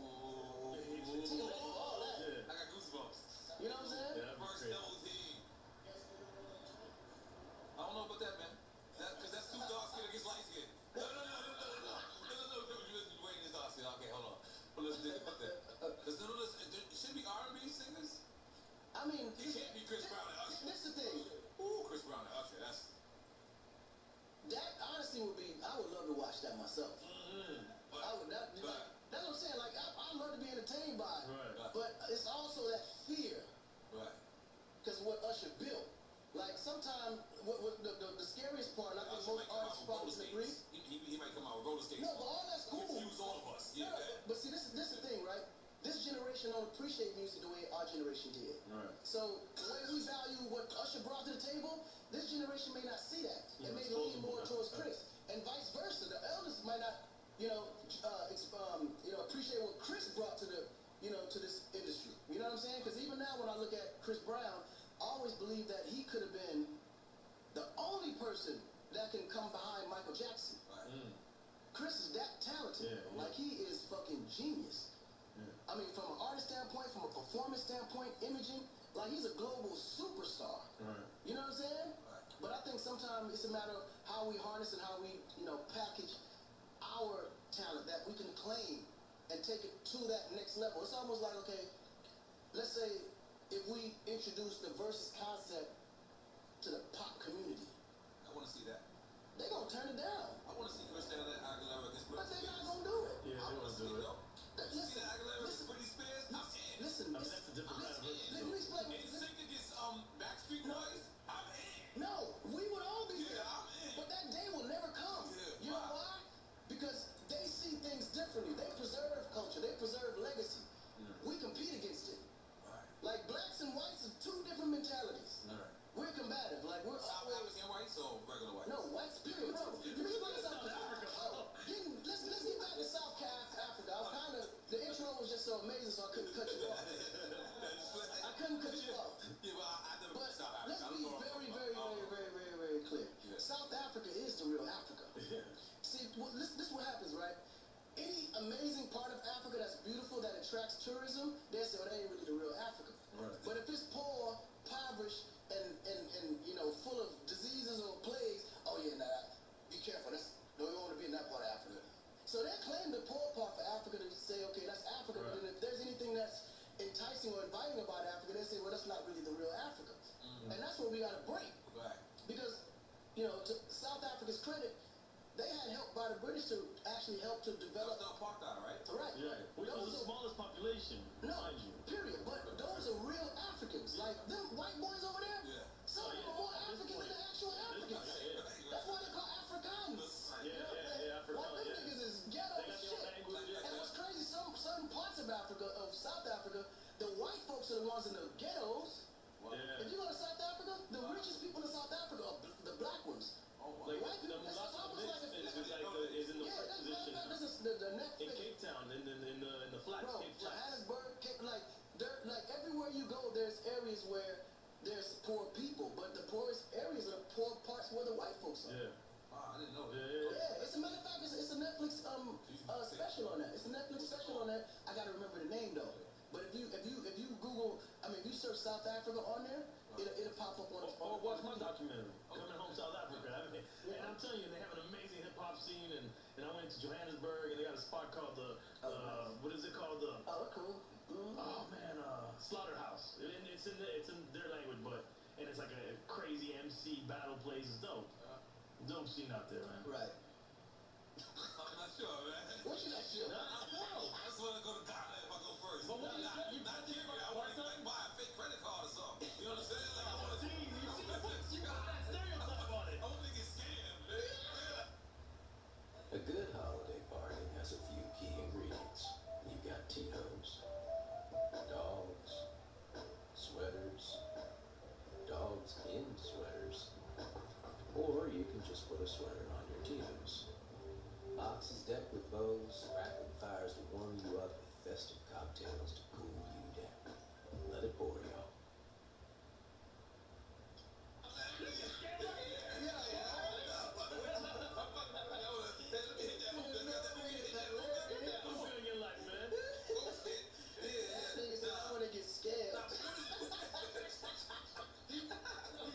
But when is if a person never been to Africa, if they want to go for party purposes, go to party purposes, like what would you compare it to?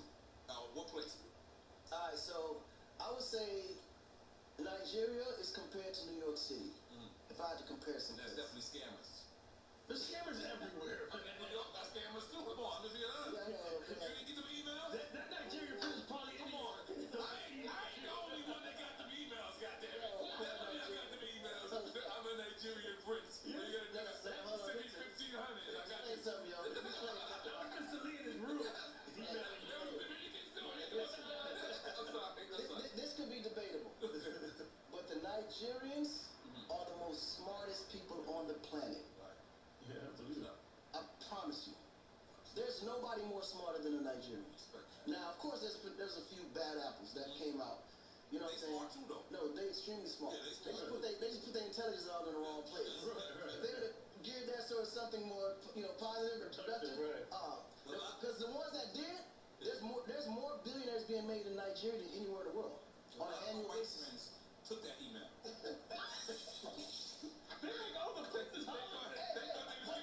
listen, to the credit of them though, you only get caught if you get greedy. Right. They don't ask you to do anything.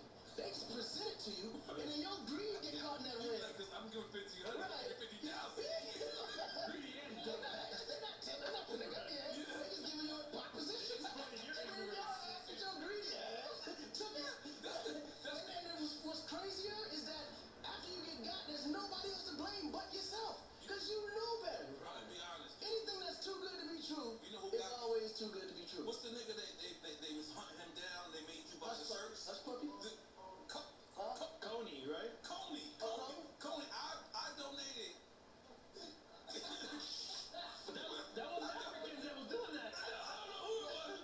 Someone in San Francisco. I still don't got my shirt. I still got my Coney shirt. I'm like, wait, you compare that to Africans? That was the African that did that. No, it was Coney. He was doing some bad shit. Yeah, and it wasn't this. And he was like, yo, donate to him and we're going to get out the word. It's like,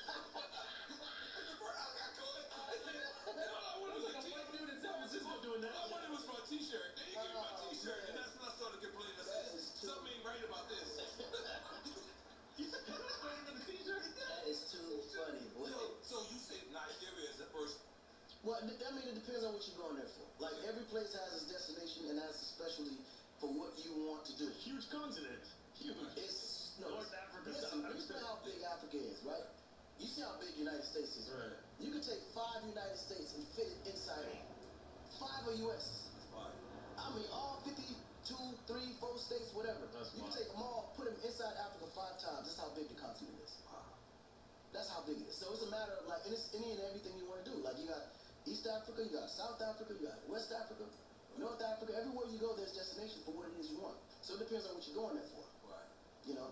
No. I said, yo, anybody got questions for Akon? Right. Like, no, it was like, yo, man, ain't the U.S. mad at him for messing with China? Man, listen, honestly, to be honest, bro, I would want the U.S. to take more initiative in Africa. They have done it this year, though. Mm-hmm. Really? Really? Yeah, they flew in a lot of African presidents, created this huge, initiative in D.C., but it was a great conversation. It was a great start. But I just think they're a little bit 10, 12 steps behind. Right. The Chinese, the area where the Chinese got smart was they realized, okay, they already done created enough manufacturing plants to supply the whole world, right? Yes. America's their biggest suppliers. Right. America, then Europe. This is why the U.S. is in debt to the Chinese already. They supply the U.S. with so much. But after a while, you can only supply with so much because there's only a certain amount of population there. The reason why China is so powerful because they got over 1 billion people over there. Right. Within China in itself. But for the most part, they saw the value in Africa, though. Right. They said, okay, cool. Africa got close to 2 billion people, right? It's underdeveloped. So human resources to them is more important than actual resources itself because they've seen what it done for themselves, right? So now imagine if you combine 2 billion people of China in partnership with 2 billion people in Africa. And then you have all the resources and all the factories for distribution to the globe. Is that why the currency is China? The BRICS. You're talking about BRICS, which is China, Russia, Brazil. They're trying to create their currency. It's the BRICS nations. They call it the BRICS old school ringer. I ain't heard that ringer since '88. but you hear that currency? You ain't done it? Yeah, it's the BRICS. They haven't done it yet. They're trying to. They're trying to do it. It's a conversation that's being had.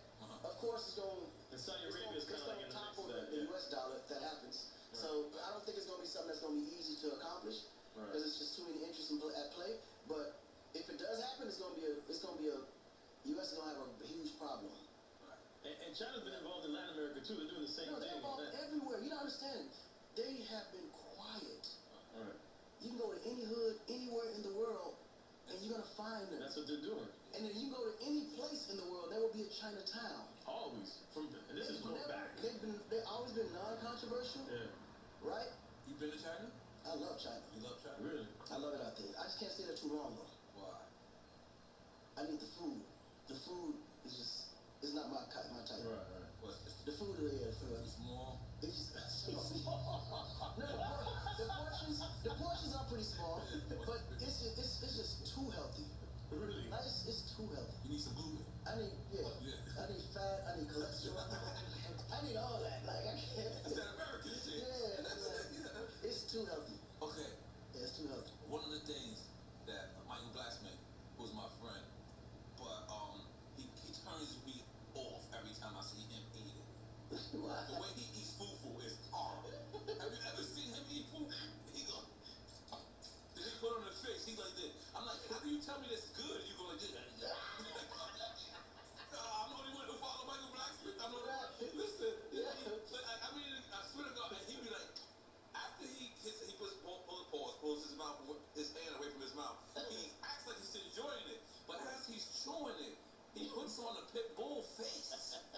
Like a pit bull is attacking a chihuahua. And I'm like, so but are you a fan of fufu? Me, I'm not really a fan of fufu specifically. Okay. I don't like fufu as much, but I like everything else. Fufu is the only thing that I don't like as much. Fufu's like mofongo, right? It's the plantain. Yeah, it's the thing it's bread. Well, the fufu itself I like, but it's the okra sauce that comes with it. Oh, okay. And I don't like the texture of okra. Right. You know what I'm saying? But I can dip the fufu in some other sauce, like the peanut butter sauce. It comes with different sauces, but the reason why they call it fufu is because of the okra. Oh, I thought it was because of the bread. Well, I mean, it's a combination. It's all but it's a team effort. Like one don't work without the other. You know what I'm saying? Right. So what's your favorite African dish? It's jollof rice for sure. What? Jollof rice. Jollof? Jollof. Yeah. Sounds. I don't know how it sounds. Sounds delicious. Yeah. What is it? Tell us. Yeah, where's it native to? So jollof rice is originally from Senegal, West Africa. That's where I'm from. Ghana has adapted it very well. Nigeria is always in competition with Ghana on who makes the best jollof rice. Okay. And then you have Liberia also that makes it really, really good, right?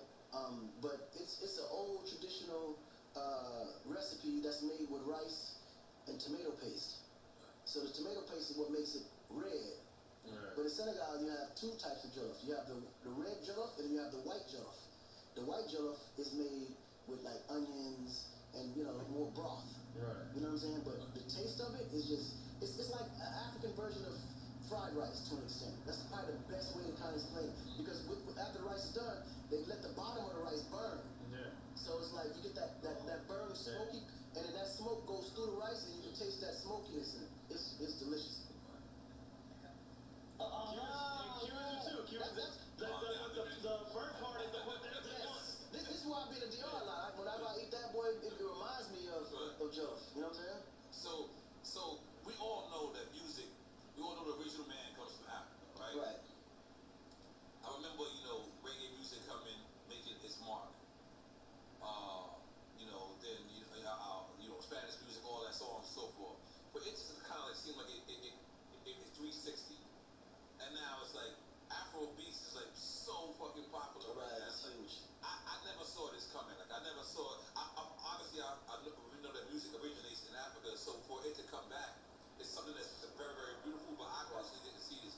Is this something that you've been saw? That you knew that? Bro, since 2007. Wow. I was in labels trying to get this going. Like, you be surprised how good it makes somebody feel when you've been saying, you want to say, like, I told you so loud.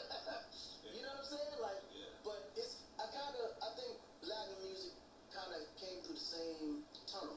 Because with reggaeton, it was the same thing. Nobody expected it to be this big and dominate. You can say that. Like, you know what I'm saying? You can say that. On everything. Yeah, they didn't believe.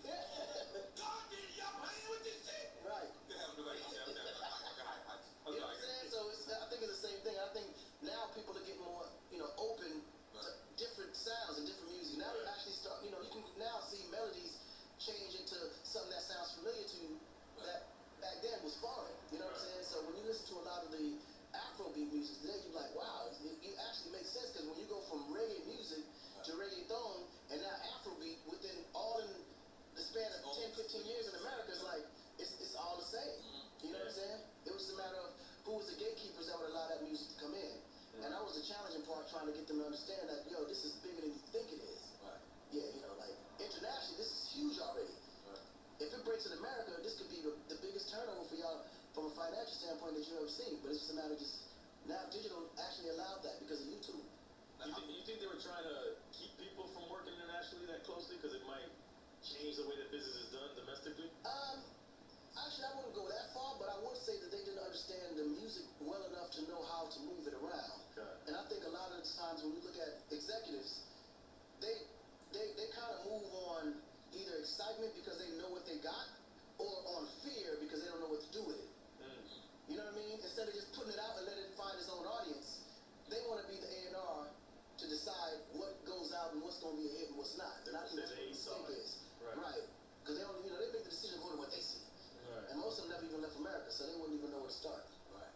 I remember, like I was saying this to DeVito, a friend of mine who's from Senegal, right? But he lives in Paris, and he kept telling me about Afro beats, but he didn't have it wasn't a word at the time. Right. He kept saying, "Listen, man, we have African reggaeton," and I was like, because I'm assuming reggaeton can only be Spanish. I'm not smart enough to understand that this is a global thing. Right. And then he was playing me this, and I was just like, wow. Right. And then when Afro beats blew up, like I said, my boy Etienne, he's from Senegal. He just lives in Paris. He called me every day. I told you, motherfucker. I was like, damn. He was right. Right. And he was right. Well, listen, our show is about giving people their flowers while they're alive. We want to give you your flowers face to face. Hey. You're a legend. You're an icon. You're a pioneer. You single-handedly changed the face of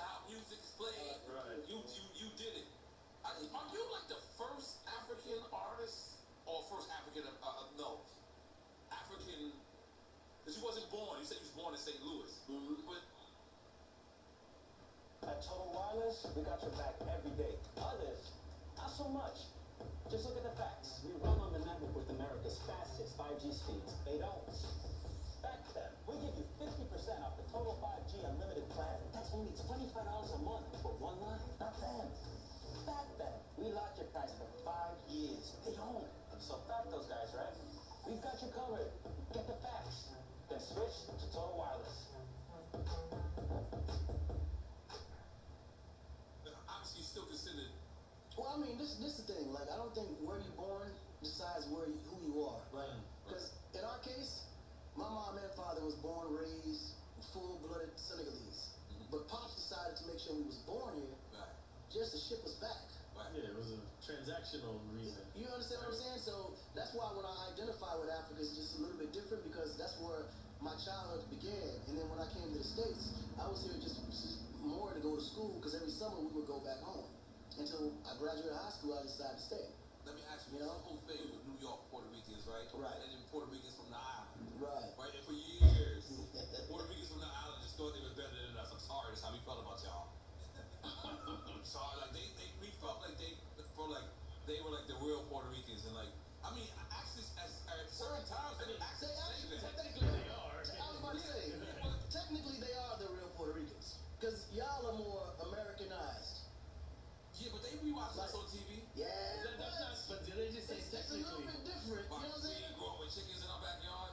Why you pulling at your own people, bro?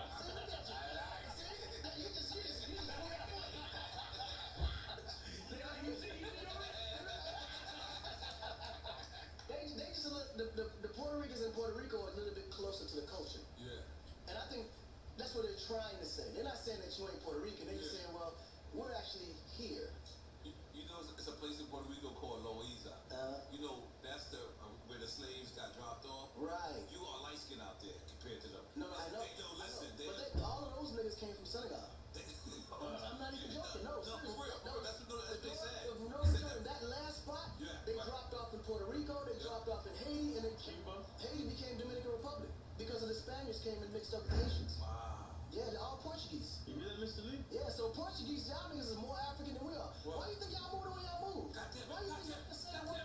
No, seriously, don't honestly. Think about it. Think about how we communicate with Puerto Ricans. Puerto Rican, we call each other's niggas. Y'all niggas y'all far from niggas. But Puerto Ricans say this shit and we like, fuck you then, nigga. Fuck you then. But just think about it. Like, this is how, like, we look at each other as one. You follow what I'm saying? Like, so, it's like our history is intertwined. It's not even a question. Yeah, that's a beautiful thing. You know what also was something beautiful I seen on the internet the other day? They said something that could, and you said this on our show years ago. They said something that was going to help boost Africa's economy is if African Americans start going back. Start going back. And I see somebody, like, I think this was like a preacher or something. Like, he was just, and I was like, damn, Akon said that shit like 7 years ago on our shows. You think that's still true to this day? It's 100%. I think Africa will start to become to its fullest potential when y'all all go back home. Right. Like, and even y'all, what's interesting is that everything that y'all fighting for over here, you get on a silver platter over there. Like, it's like you guys want us suffer. Like, y'all motherfuckers just want to just be fucked up. Because you don't have to be. It's like, believe me, they wouldn't want nothing better than to ship all y'all niggas back to Africa. But they're not even knowing this for y'all best interest. Y'all would actually be better off. Wow.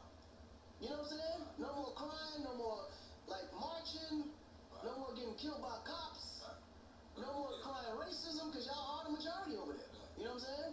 Wasn't Liberia supposed to be that originally?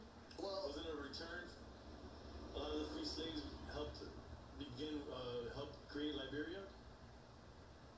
I can't give you too much story about even the flag is similar. Liberia's just a little bit. Well, that's just all the flags. If you notice, every flag got a meaning, right? But it's always got the meaning that's attached to whoever colonized them. But history nowadays, I don't know what to believe anymore. It's all convoluted, right? It's all convoluted. Everybody has a different story of what took place around that time, so the accuracy is very slim. But when you stop and you think about just basic common sense, some of the things that happen can easily be returned and redone. Like, but it's all in the mind state. You know, once you got your mindset on something, that's what it is. It's like, no, he just want to go to Africa to get fucking, like, he got to get scammed. Otherwise, he won't get comfortable. I got to lose my credit card. That's the experience. He got to go through that first, and then say, all right, cool. Now, who do I have to talk back to give me the history on how I can get it back? So I got to scam him to educate him. You don't want to go see a 5-star resort. Oh, this is Africa. Yeah, I want to do that. That's too nice. It's too clean. Take me over there. I want the hut, the straw, you know, the roof. You know what I'm saying? Nah, but that's real, man. Because like a lot of us, I remember me being scared to. I sent in my 20. What is that? 23. What's that for the shots and all that? Where you get your thing? 23andMe. Yeah. Oh, you made for the DNA. Yeah, for the DNA. And I remember my wife doing it, and I'm being like, like, you don't want to know who you really from, but I was like, not really. I actually think I swabbed or whatever it was. I just never gave it to her. I was like, I don't know, man. I was just like, man, I don't know what I did, but I'm gonna do it this time. Nah, you gotta do it, bro. You gotta know where do I'm it. at. Because obviously, when you're Puerto Rican, which I'm half Puerto Rican, half black, part of you goes to Spain. Right. But that's not where it ends. That's where, like, that's just one little small piece of the puzzle. Part of it, it's Puerto Rico, because we don't come from Puerto Rico, we don't come from Puerto Rico. Cuba. Yeah, most Caribbean. Most Puerto Ricans, right. y'all DNA gonna trace back to Portuguese. Cubans, not calling them Puerto Ricans. Yeah, most of y'all Puerto Ricans ain't like the same birds and different feathers. Yeah. I'm just playing for my people. Or whatever they say. Yeah, y'all gonna I'm rooting for the Cubans. The Cubans, yeah. The Cubans, oh yeah, They black as hell, shit too. gonna come back to Africa. And I got Cubans are the most African when it comes to the Latin side of the world. I got it. It comes up in my deep in Africa. Yeah, they're the niggas of the Latin country. Without a doubt. Without a doubt. Jesus Christ, bro. They're the Haitians of the Latin. Well, shout out to my Haitian brothers. What you say last time? You need to disrespect that. That shows in my head. You gotta be careful. There's a lot of Haitians out there. That's my friend Haitian right there. The Zone Pal, baby.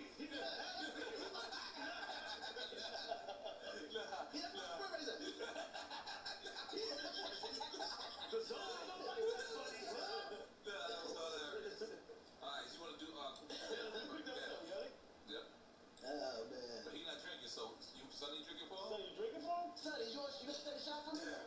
My Haitian brother, that's what I'm talking about. Drinking? No. I'm gonna chill. We go light today. We go light, man. We healthy hoods right now. Water champs. Water champs. Water champs today. Water champs. I don't think, you know what? did we play this last time? No. We didn't do this last time with you, right? Alright, so we're gonna give you two choices. You pick one. We good. If you say both or neither, we drinking. Got it. Alright, so the first one is Chris Brown or Usher. Let me get my drink. Wow. Both. Okay, so see, he gonna say this free. No, that one. Now listen, they both to me are equal when it comes to generations. Right? Generation. No, I never drank. Never drink. At all. But I did sip it by accident one time and thought it was water. Bro, my chest got so hot. I was like, what? Bro, that shit was a nasty. It was vodka. It was the nastiest shit I ever tasted. And no, the taste was, it lingered in my mouth for a week. I was like, how did y'all drink this? Bro, even if I thought about drinking after that, I would never drink. Ever. That shit. Don't tell me it's Russian vodka. No, I was in Dubai. Oh, in Dubai. That's why I thought it was water. Texas doesn't drink. They don't really drink. But unfortunately, the person I was with ordered. No, but I'm saying as a country they don't drink. Yeah, they like don't the people there don't like drink. that. You know? Man, I took that thing. You drink too. The resorts, you could drink in the Oh hotel. yeah, I don't leave resorts. Yeah. See, you don't want to leave resorts. You don't want to see the real. Trust me. They drink. No. They make money off of the drinkers. And they do anything else too. Trust me. They got underground shit. You just gotta be underground. Son, you drank? What'd you drink? I drink nothing. Bigger to my boy Geico who just came home. He had a life sentence in Dubai for cocaine and marijuana, and they gave him life sentence. He did 4 years, and he got his ass up out of there. You gotta be careful when we go to the other countries. They don't play with that. Learn the culture, bro. Hey, do not play. Trey Songz or Jeremiah? Ooh. That's a good one too. But I'll probably go with Jeremiah. Jeremiah. Tupac or DMX? Wow, another good one. probably go with Pop.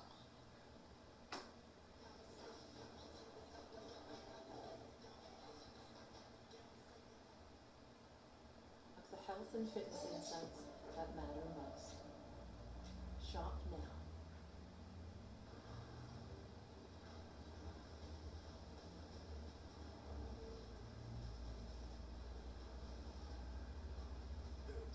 Without limits. Target Pro. Humco Tire. You ever met Pac or no? Yeah. Huh? You ever met Pac? I met him one time. Met Pac? Just one time. Damn, I never met Pac. How was that? One time. What was that meeting like? It was like, oh, yo, that's my man Pac. Yo, Pac. That's quick. Alright, cool. Yo, we gotta get in. Alright, cool. And that was it. Never seen him again. The new series on FX, The Dear Mama. I saw the first episode. It's crazy. It's good? Yeah, it's real good. Real good. Wow. It's on FX. FX. Yeah, I know you worked with one of them. I don't know if you worked with both. But Michael Jackson or Prince? Ooh, that's easy, Michael Jackson. And you worked with MJ? Yeah. I didn't get a chance to work with Prince, though. But it was on the schedule to work with him before he passed. What? Was it on the schedule? It was, yeah, I was going to get in with him before. You ever been in the same room with Prince? Yeah. That's where I met. Yeah. Actually, Jimmy Iovine was the one that introduced me to him. Word? Wow. Did he have his ass out? Nice. Only know he fucking ass.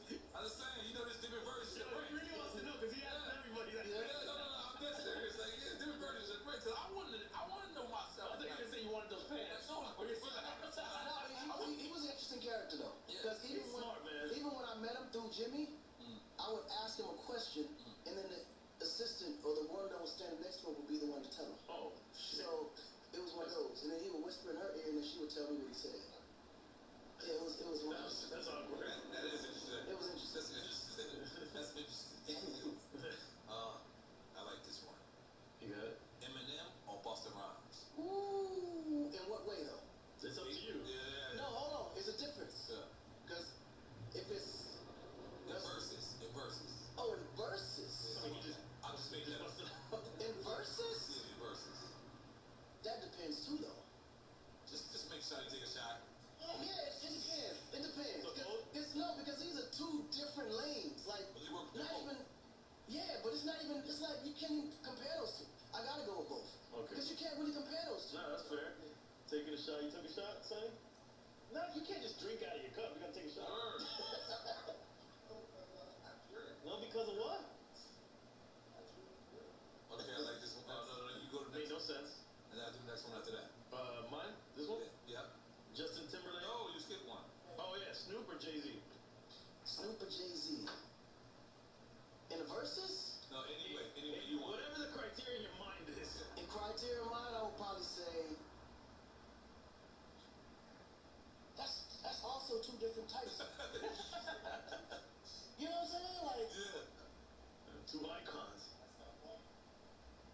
Thanks, Lee. This might be debatable, but I'll probably go with Snoop. Okay. And y'all worked early on in your career too with Snoop, right? Yeah. And then I like, as I travel, I see the personality and the effect that Snoop has on people globally and through his music. So Snoop is hands down the most famous rapper. That's what we're saying. You know what I'm saying? There's not one person on earth that I don't think don't know who Snoop is. That's recognized, right? Absolutely. I kid you not. Justin Timberlake or Justin Bieber? I'd probably go with Bieber. Okay. How about in verses? Still go with Bieber. Still going with Bieber? Okay. What's up, Bieber got records, bro. Yeah. Bieber records are on a different level. And he smoke weed too. Now. In my mind. I know this for a fact. Allegedly. What else does he do? He does everything. Styles P or Ross? I gotta go with both on that one. Okay, Sonny. Yeah, because they both represent two different things too. Right. But Styles like my brother. I couldn't go against him if I wanted to. Okay. I'm gonna let EFN take this one. These last two. I mean the next two. French or 50? French or 50? That would be a good one. I wouldn't know what to do. But yeah, 50 will get it. Oh, in your mind you're saying versus? This is what you're saying? Yeah, my mind I'm saying versus. Okay. ATL or Miami? ATL or Miami? Definitely ATL.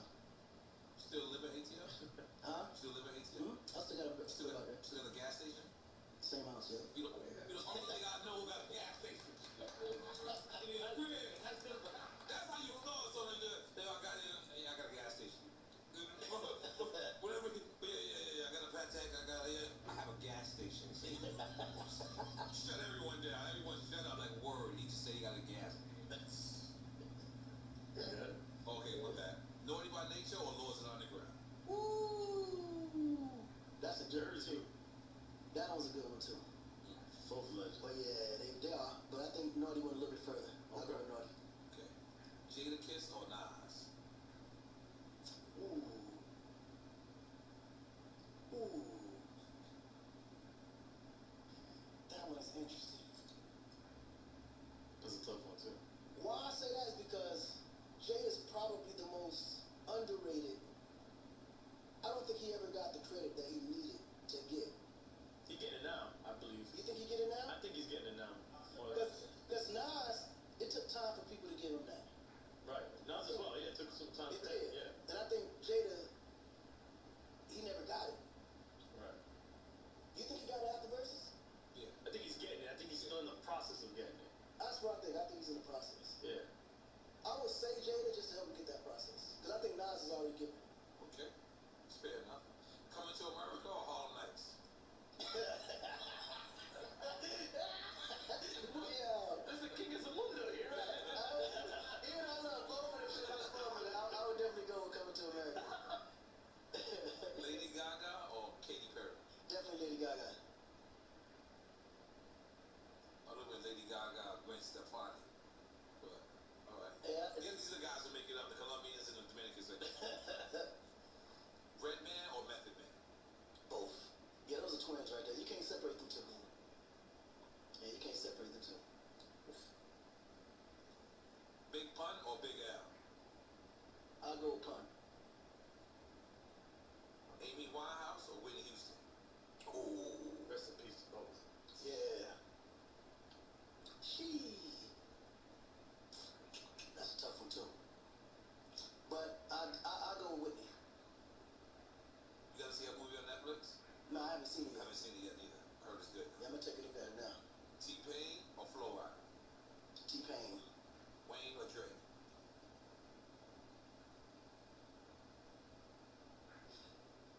I would want to say Wayne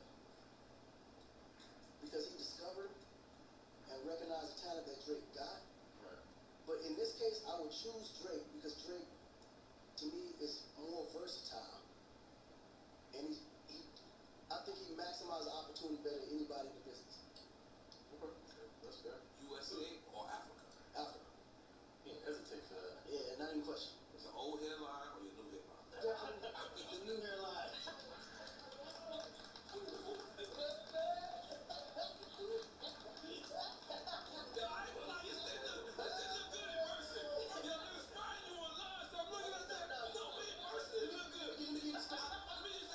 Somebody took a fucked up picture of you, but because in person it should look good. You look Dominican. You look like You said okay. Yeah, it look good in person. They fucked you up online. Did you see? Okay. Actually, I started that campaign. You started it. I did that on purpose. Because you said you went to Turkey and niggas said niggas don't go to Turkey. Right. So then I got the little app where I can kind of play with it. I said I was just interested because bro, I ain't laughed that much in so long, bro. The shit was so funny. I ain't want it to end. I was literally on the plane just creating.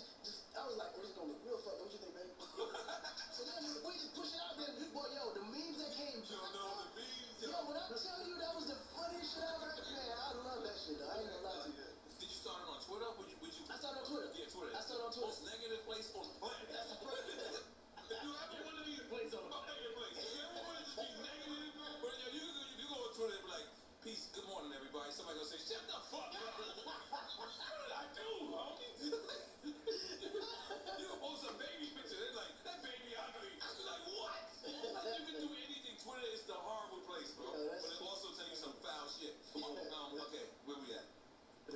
Davido or Burna Boy? Ooh, that's good. Ooh, I'll probably go with Davido. Davido. Yeah. We just had him on Big Up for Davido. Oh, David? Yeah, that kid right there is a beast. Yeah. He's the beast. He's another one I think that deserves more flowers than he's received. We gave him his flowers. That's what's up. I appreciate that. NWA or Wu-Tang Clan? At Total Wireless, we got your back every day. Others, not so much. Just look at the facts. We run on speeds, $8. Back then, we give you 50% off the total 5G unlimited plan. That's only $25 a month for one line. Not then. Back then, we locked your at home. So back those guys, right? We've got you covered. Get the facts.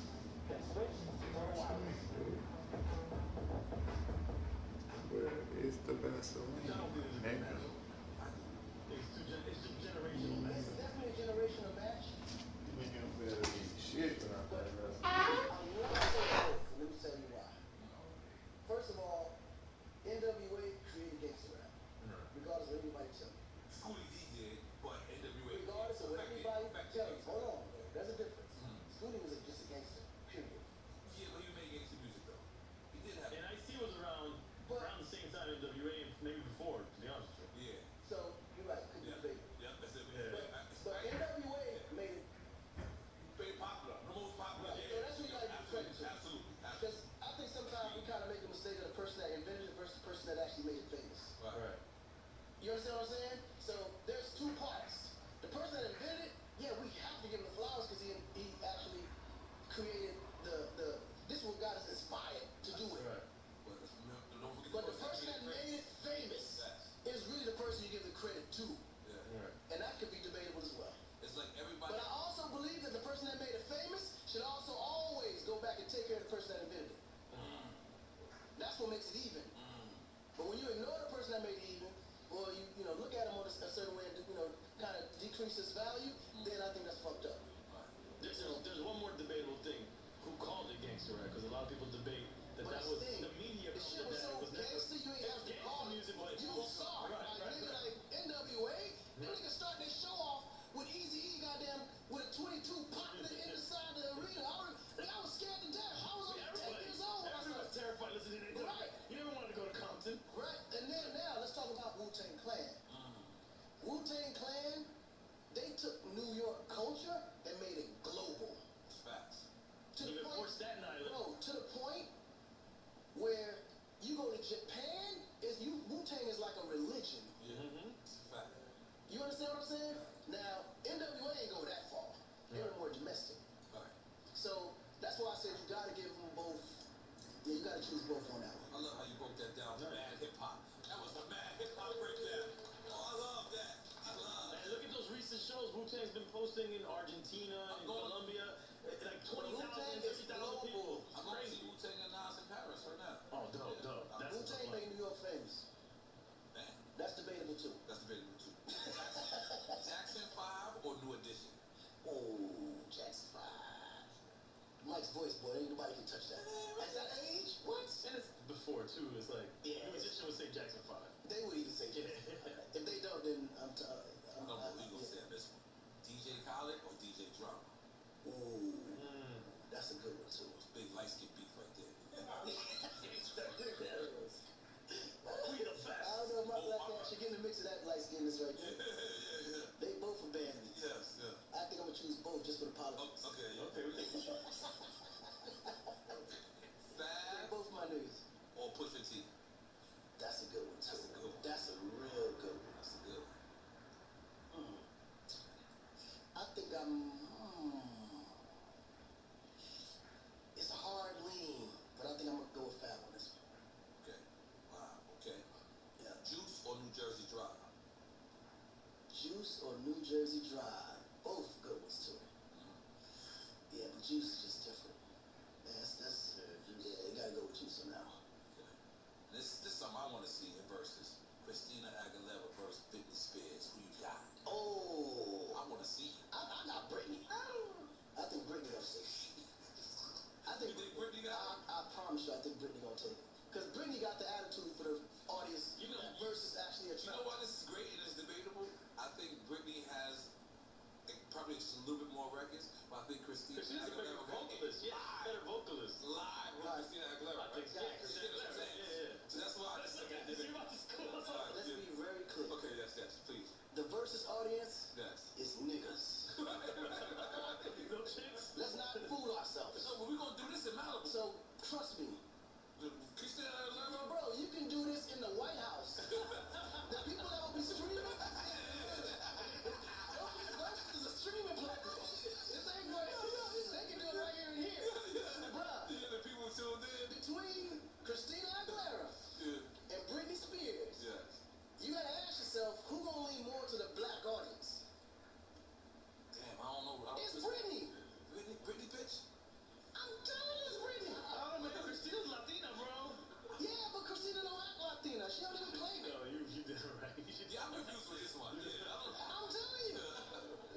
funny shit. Brittany's Instagram, my girl just put me on. She's like, she's wilding out. Yeah, I'm telling you. I've been down with Brittany since she shaved her head. Brittany will fuck around and take off on Kristen. We need to do the weigh-in right here. The drink champs. Brittany, they got the weigh-in right here. The weigh-in. Holy shit. Okay, it's a good one. Buckmaster Flex or DJ Clue? In what way? Whatever way. That's you. Because there's an animation that comes with Flex. Yeah, nobody. That you just can't deny. Yeah, no one's out like animated. Nobody has out animated him. Bust around. And the only way to be an exceptional DJ is to capture the attention of the audience. And I don't think nobody does that better than Flex. So in that note, I gotta go with Flex. Yeah, I ain't gonna lie to you. Like, I used to have to catch myself because I would listen to Flex. Flex was like, pull over, and I pulled over. Like, what the fuck am I pulled over for? Like, he's like, New York City, pull over. I'm like, word up. Yo, listen. You have in New York City, where Flex play a record that you like, and an artist that you love, and he's dropping them bombs. Listen to me. Yeah. It ain't nothing like that. It was a game sweating from here. Yes, he comes with an experience, bro. Yeah. Like some records, I ain't gonna lie to you. Some things I might have thought was trash before Flex actually presented it on the show. That's a man. After he presented it, I was like, yo, that shit was kind of dope. Yes. So it was all in the presentation. Yep. And you know what I'm saying? I tell you that's what I like about Flex. If he's late on the record, he'll come back on the station. Yo, I'm sorry, New York City. I was late on this record. Like, I like that. I like that. Like, I remember I said this on before. Well, when Meek and Drake was going at it, Flex hyped it up so bad. He was like, I got the response from Drake, and I got Meek Mill's response. I called my wife. Not coming home, babe. Not tonight. I have to stay in New York City to hear Funk Flex talk this shit about Drake and Meek's record. I couldn't have been nowhere else. I didn't want to be on a plane. I didn't want to listen to it on the headphones. I wanted to sit in the car and just let Flex just play Drake's and Meek's Mill record, and he didn't have neither one that day. Wait for the whole flight, boy. Mad at me, but that's how. But that's how. That's some showmanship. Yeah, that's how impactful he is. So the next day I called him. This is why I love Flex. The next day I called him. I'm like, yo, man, I want to give you a record because you know everyone's tuned in. He was like, yo, Nori, that was a rough night for me today, right? So I'm trying to avoid that, yo. You know, he was crazy. He had neither record at this time, so he's promoting all this shit, and so I'm trying to avoid it. And he's like, but he wants because he know I'm gonna keep it real. So he's like, yo, it was a rough night for me last night, right? He said, Flex, I can't lie, you was baking like a biscuit. he goes, this is how I know Nori had to stay home the next day. He said, there's one person that came to my house, and he said he opened the door, and it was the FedEx man. The FedEx man looked at him like, and he took his loss the same way he took his W. And Flex took me something that day. It was like, all right, cool. You lose for momentarily, but come your ass out the next day and get back to the win. But he took that. That was remarkable to me. Did you do the last two? Sorry. Nipsey or Eazy-E? Ooh, that's a good one too. Rest in peace, of course. Yeah, but Nipsey just, I don't know. I would go with Nipsey on this one, yeah. And the last one, loyalty or respect? Loyalty all day.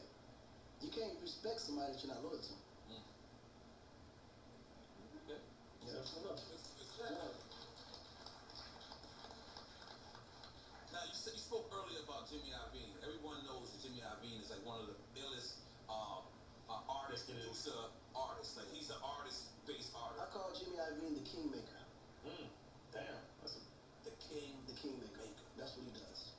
If he comes into your life, he's going to change you. Now, and he came into your life after Loud, right? No, he came into my life during my peak. At the point when I thought I couldn't get bigger.